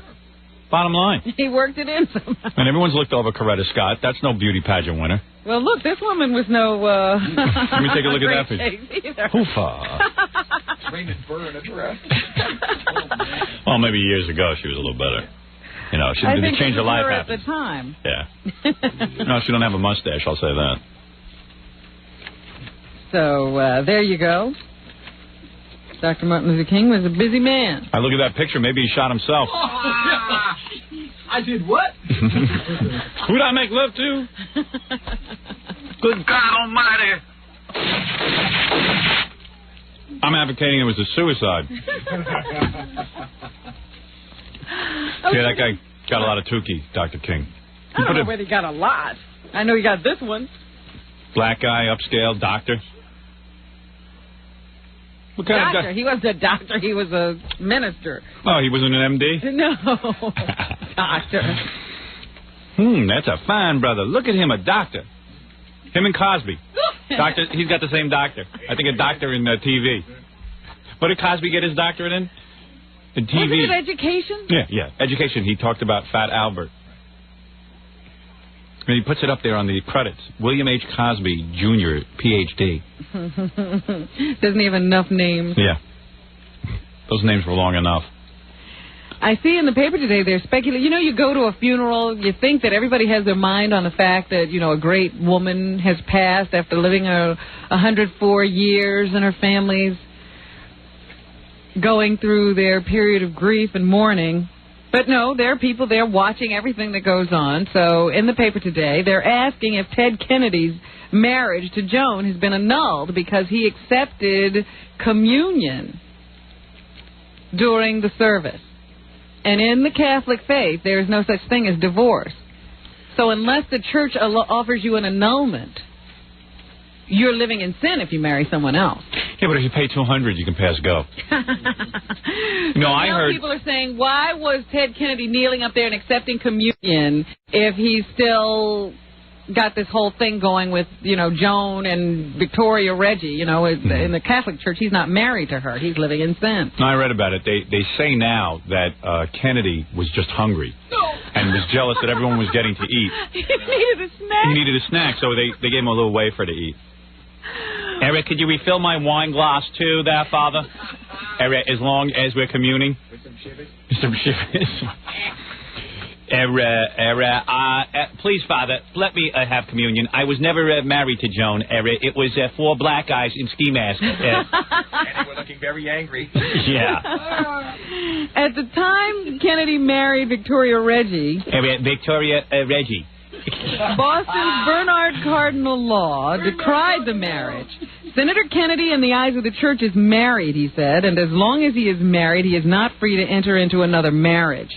But it was the same cardinal who gave Kennedy communion the other day. Well, he's a rich guy. You got to give him communion. All these rules. So funny. Religion. Yeah, you can't give him communion.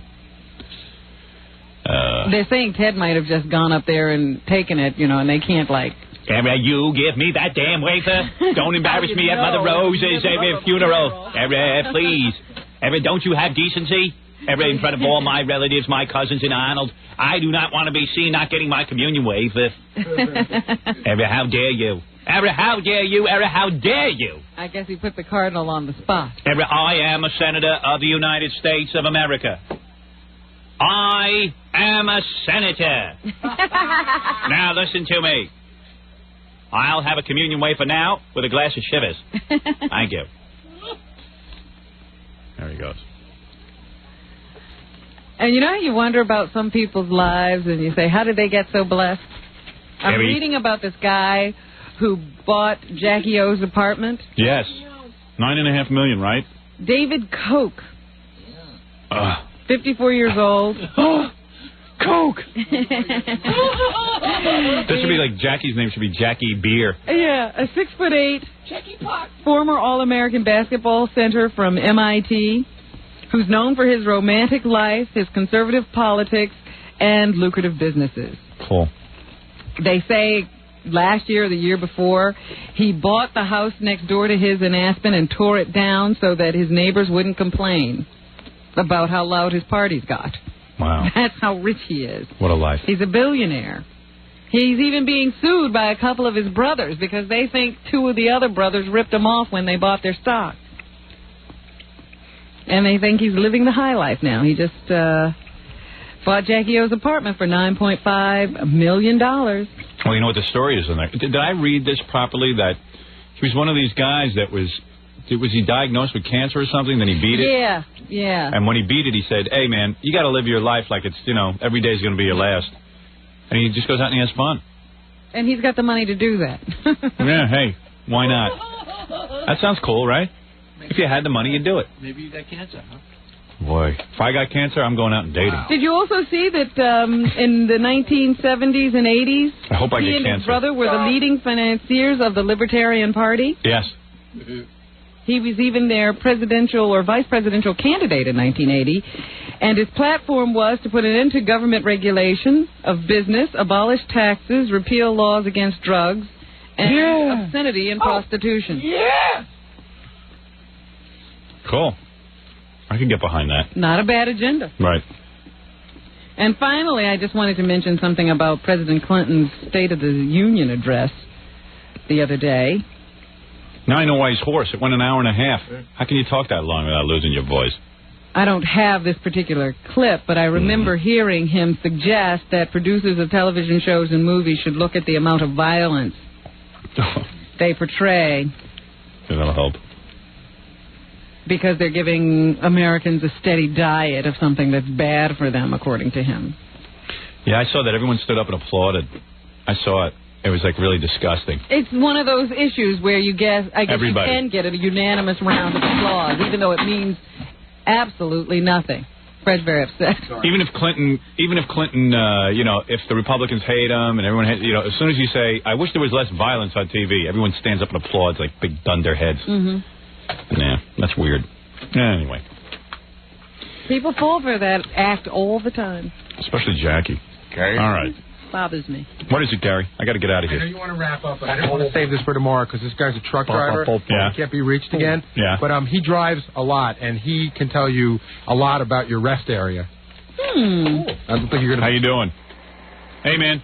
Hey, Howard? Yeah, what about... Now, for those of you just tuning in, because it is already tomorrow, The governor of New Jersey was here, Christie, Todd, Whitman. They have officially named a rest stop after me. There'll be ceremonies 2 weeks from today. Now, remember, Howard, this is just one man's opinion. Go ahead. We don't know this to be the truth. But this guy's a truck driver, so he knows. Howard, I'm in New York, New Jersey quite a bit. I'm actually calling you from Ontario, California right now. Right. And that area, those like Vince Lombardi is not so much known for the homosexuals and stuff. There are some, guys in their cars on CB radios trying to find truck drivers to proposition them for sex and stuff. Tell me about my rest stop. Yeah, tell me what you were saying Yours is in an area where it's south of Bordentown there. There's going to be, there's prostitution occasionally, women walking around wee hours of the morning knocking on your truck, wanting to know if you want a date and stuff like this here. Do you think there's any chance... Perfect. Do you think there's any chance that's why Christie picked that stop? I don't know, but I don't know. We're going to be out there in 2 weeks to check out our stop. It looks pretty nice. So you're saying there's like a lot of action going on there? Well, right now there's not really a lot because of the construction and stuff going through that area. Right. That's a major road coming up through, out of Delaware, Maryland, out of Philadelphia. So it'll be well traveled. Good. To avoid taking the turnpike, a lot of people take 295 and go up, or going back down, you go down 295 to save money. What is this, Stuttering John? This guy told me there's a lot of queers over there, too. Oh, yeah, there's a whole lot of queers. Really? Oh, yeah. So that'll be kind of funny. My rest stop will be the bathroom where all the gay guys go. Making a lot of news. They had to do each other, and we'll be reading in the paper. At the Howard Stern rest stop today, gay guys were, there was a, 50-year-old gentleman who was propositioned by an underage boy. Oh, my. Well, it works both ways, though, Howard. I mean, you get guys that are parked there, like in their car, and they wait on their radio, they see a truck pull in, hey there, trucker, blah, blah, blah. And don't get me wrong, Howard, I'm not insinuating truck drivers are gay now. Right. I'm sure there are. Who would believe that? But, well, at least we know the ladies' room will be clean. It'll be hardly used. It's mostly gay guys, running around in there. Well, the men's room will probably be hardly used, too, because most of them go up in the bushes. All right. Well, hey, Robin, we got to get out there. Well, in 2 weeks... It'll probably stay pretty clean overall, except for the pigs that throw their trash out there. I'm like you have. Well, I try to find your show all around the U.S., everywhere I'm at. Well, thank you very much, sir. That's why we're trying to grow. There are so many. Howard. Yeah, we hope to see you at the big signing. What would you call that? Unveiling of the sign? Presentation. Yeah, the unveiling. Yeah, the unveiling. Thank you, sir. That would be great. But, hey, Howard, yes. You got to know, there are a lot of truck drivers that listen to you. Different places I am around the U.S. Thank you. You hear the guys going Baba Booey, Fa Fa Flunky, and all that there? Yes, thank you. Many people love you. You're the greatest. Thank you so much. Congratulations, by the way, on buying Jackie O's apartment. Yeah. Thank you. That's very good. Well, evidently, a lot of news about our dedication. And that's what it is, a dedication ceremony. A lot of news about our new rest stop, Robin. Yeah. Very exciting. Okay, very good. Lots going on there, apparently. See you tomorrow for the big Super Bowl day. We will be having our big party. Also, many different guests and things going on. Jackie the Joke Man Marlowe also reminds you to order his wild comedy CD or cassette. It is $10 plus $3 shipping and handling. Jokeland special. Buy two, get one free. That's a good deal. Call 1-800-323-KING. And by the way, don't forget about this Saturday night, a rare Jackie Martling appearance at the Riviera Hotel in Las Vegas for one big show, recording live for his next CD. For filthy jokes and info, call 516-922-WINE. Remember, 516-922-WINE is not a pay service. And don't miss Stuttering John's band appearing at the Globe Theater in Norwalk, Connecticut this Friday night, January 27th, with special guest Baba Bohai. For more information, 201-942-OUCH. 2-OUCH. 2-OUCH. 2-OUCH. 2-OUCH. 2-OUCH. 2-OUCH. 2-OUCH. 2-OUCH. 2-OUCH. Ouch, to ouch, to ouch, to ouch, to ouch, to ouch, to ouch.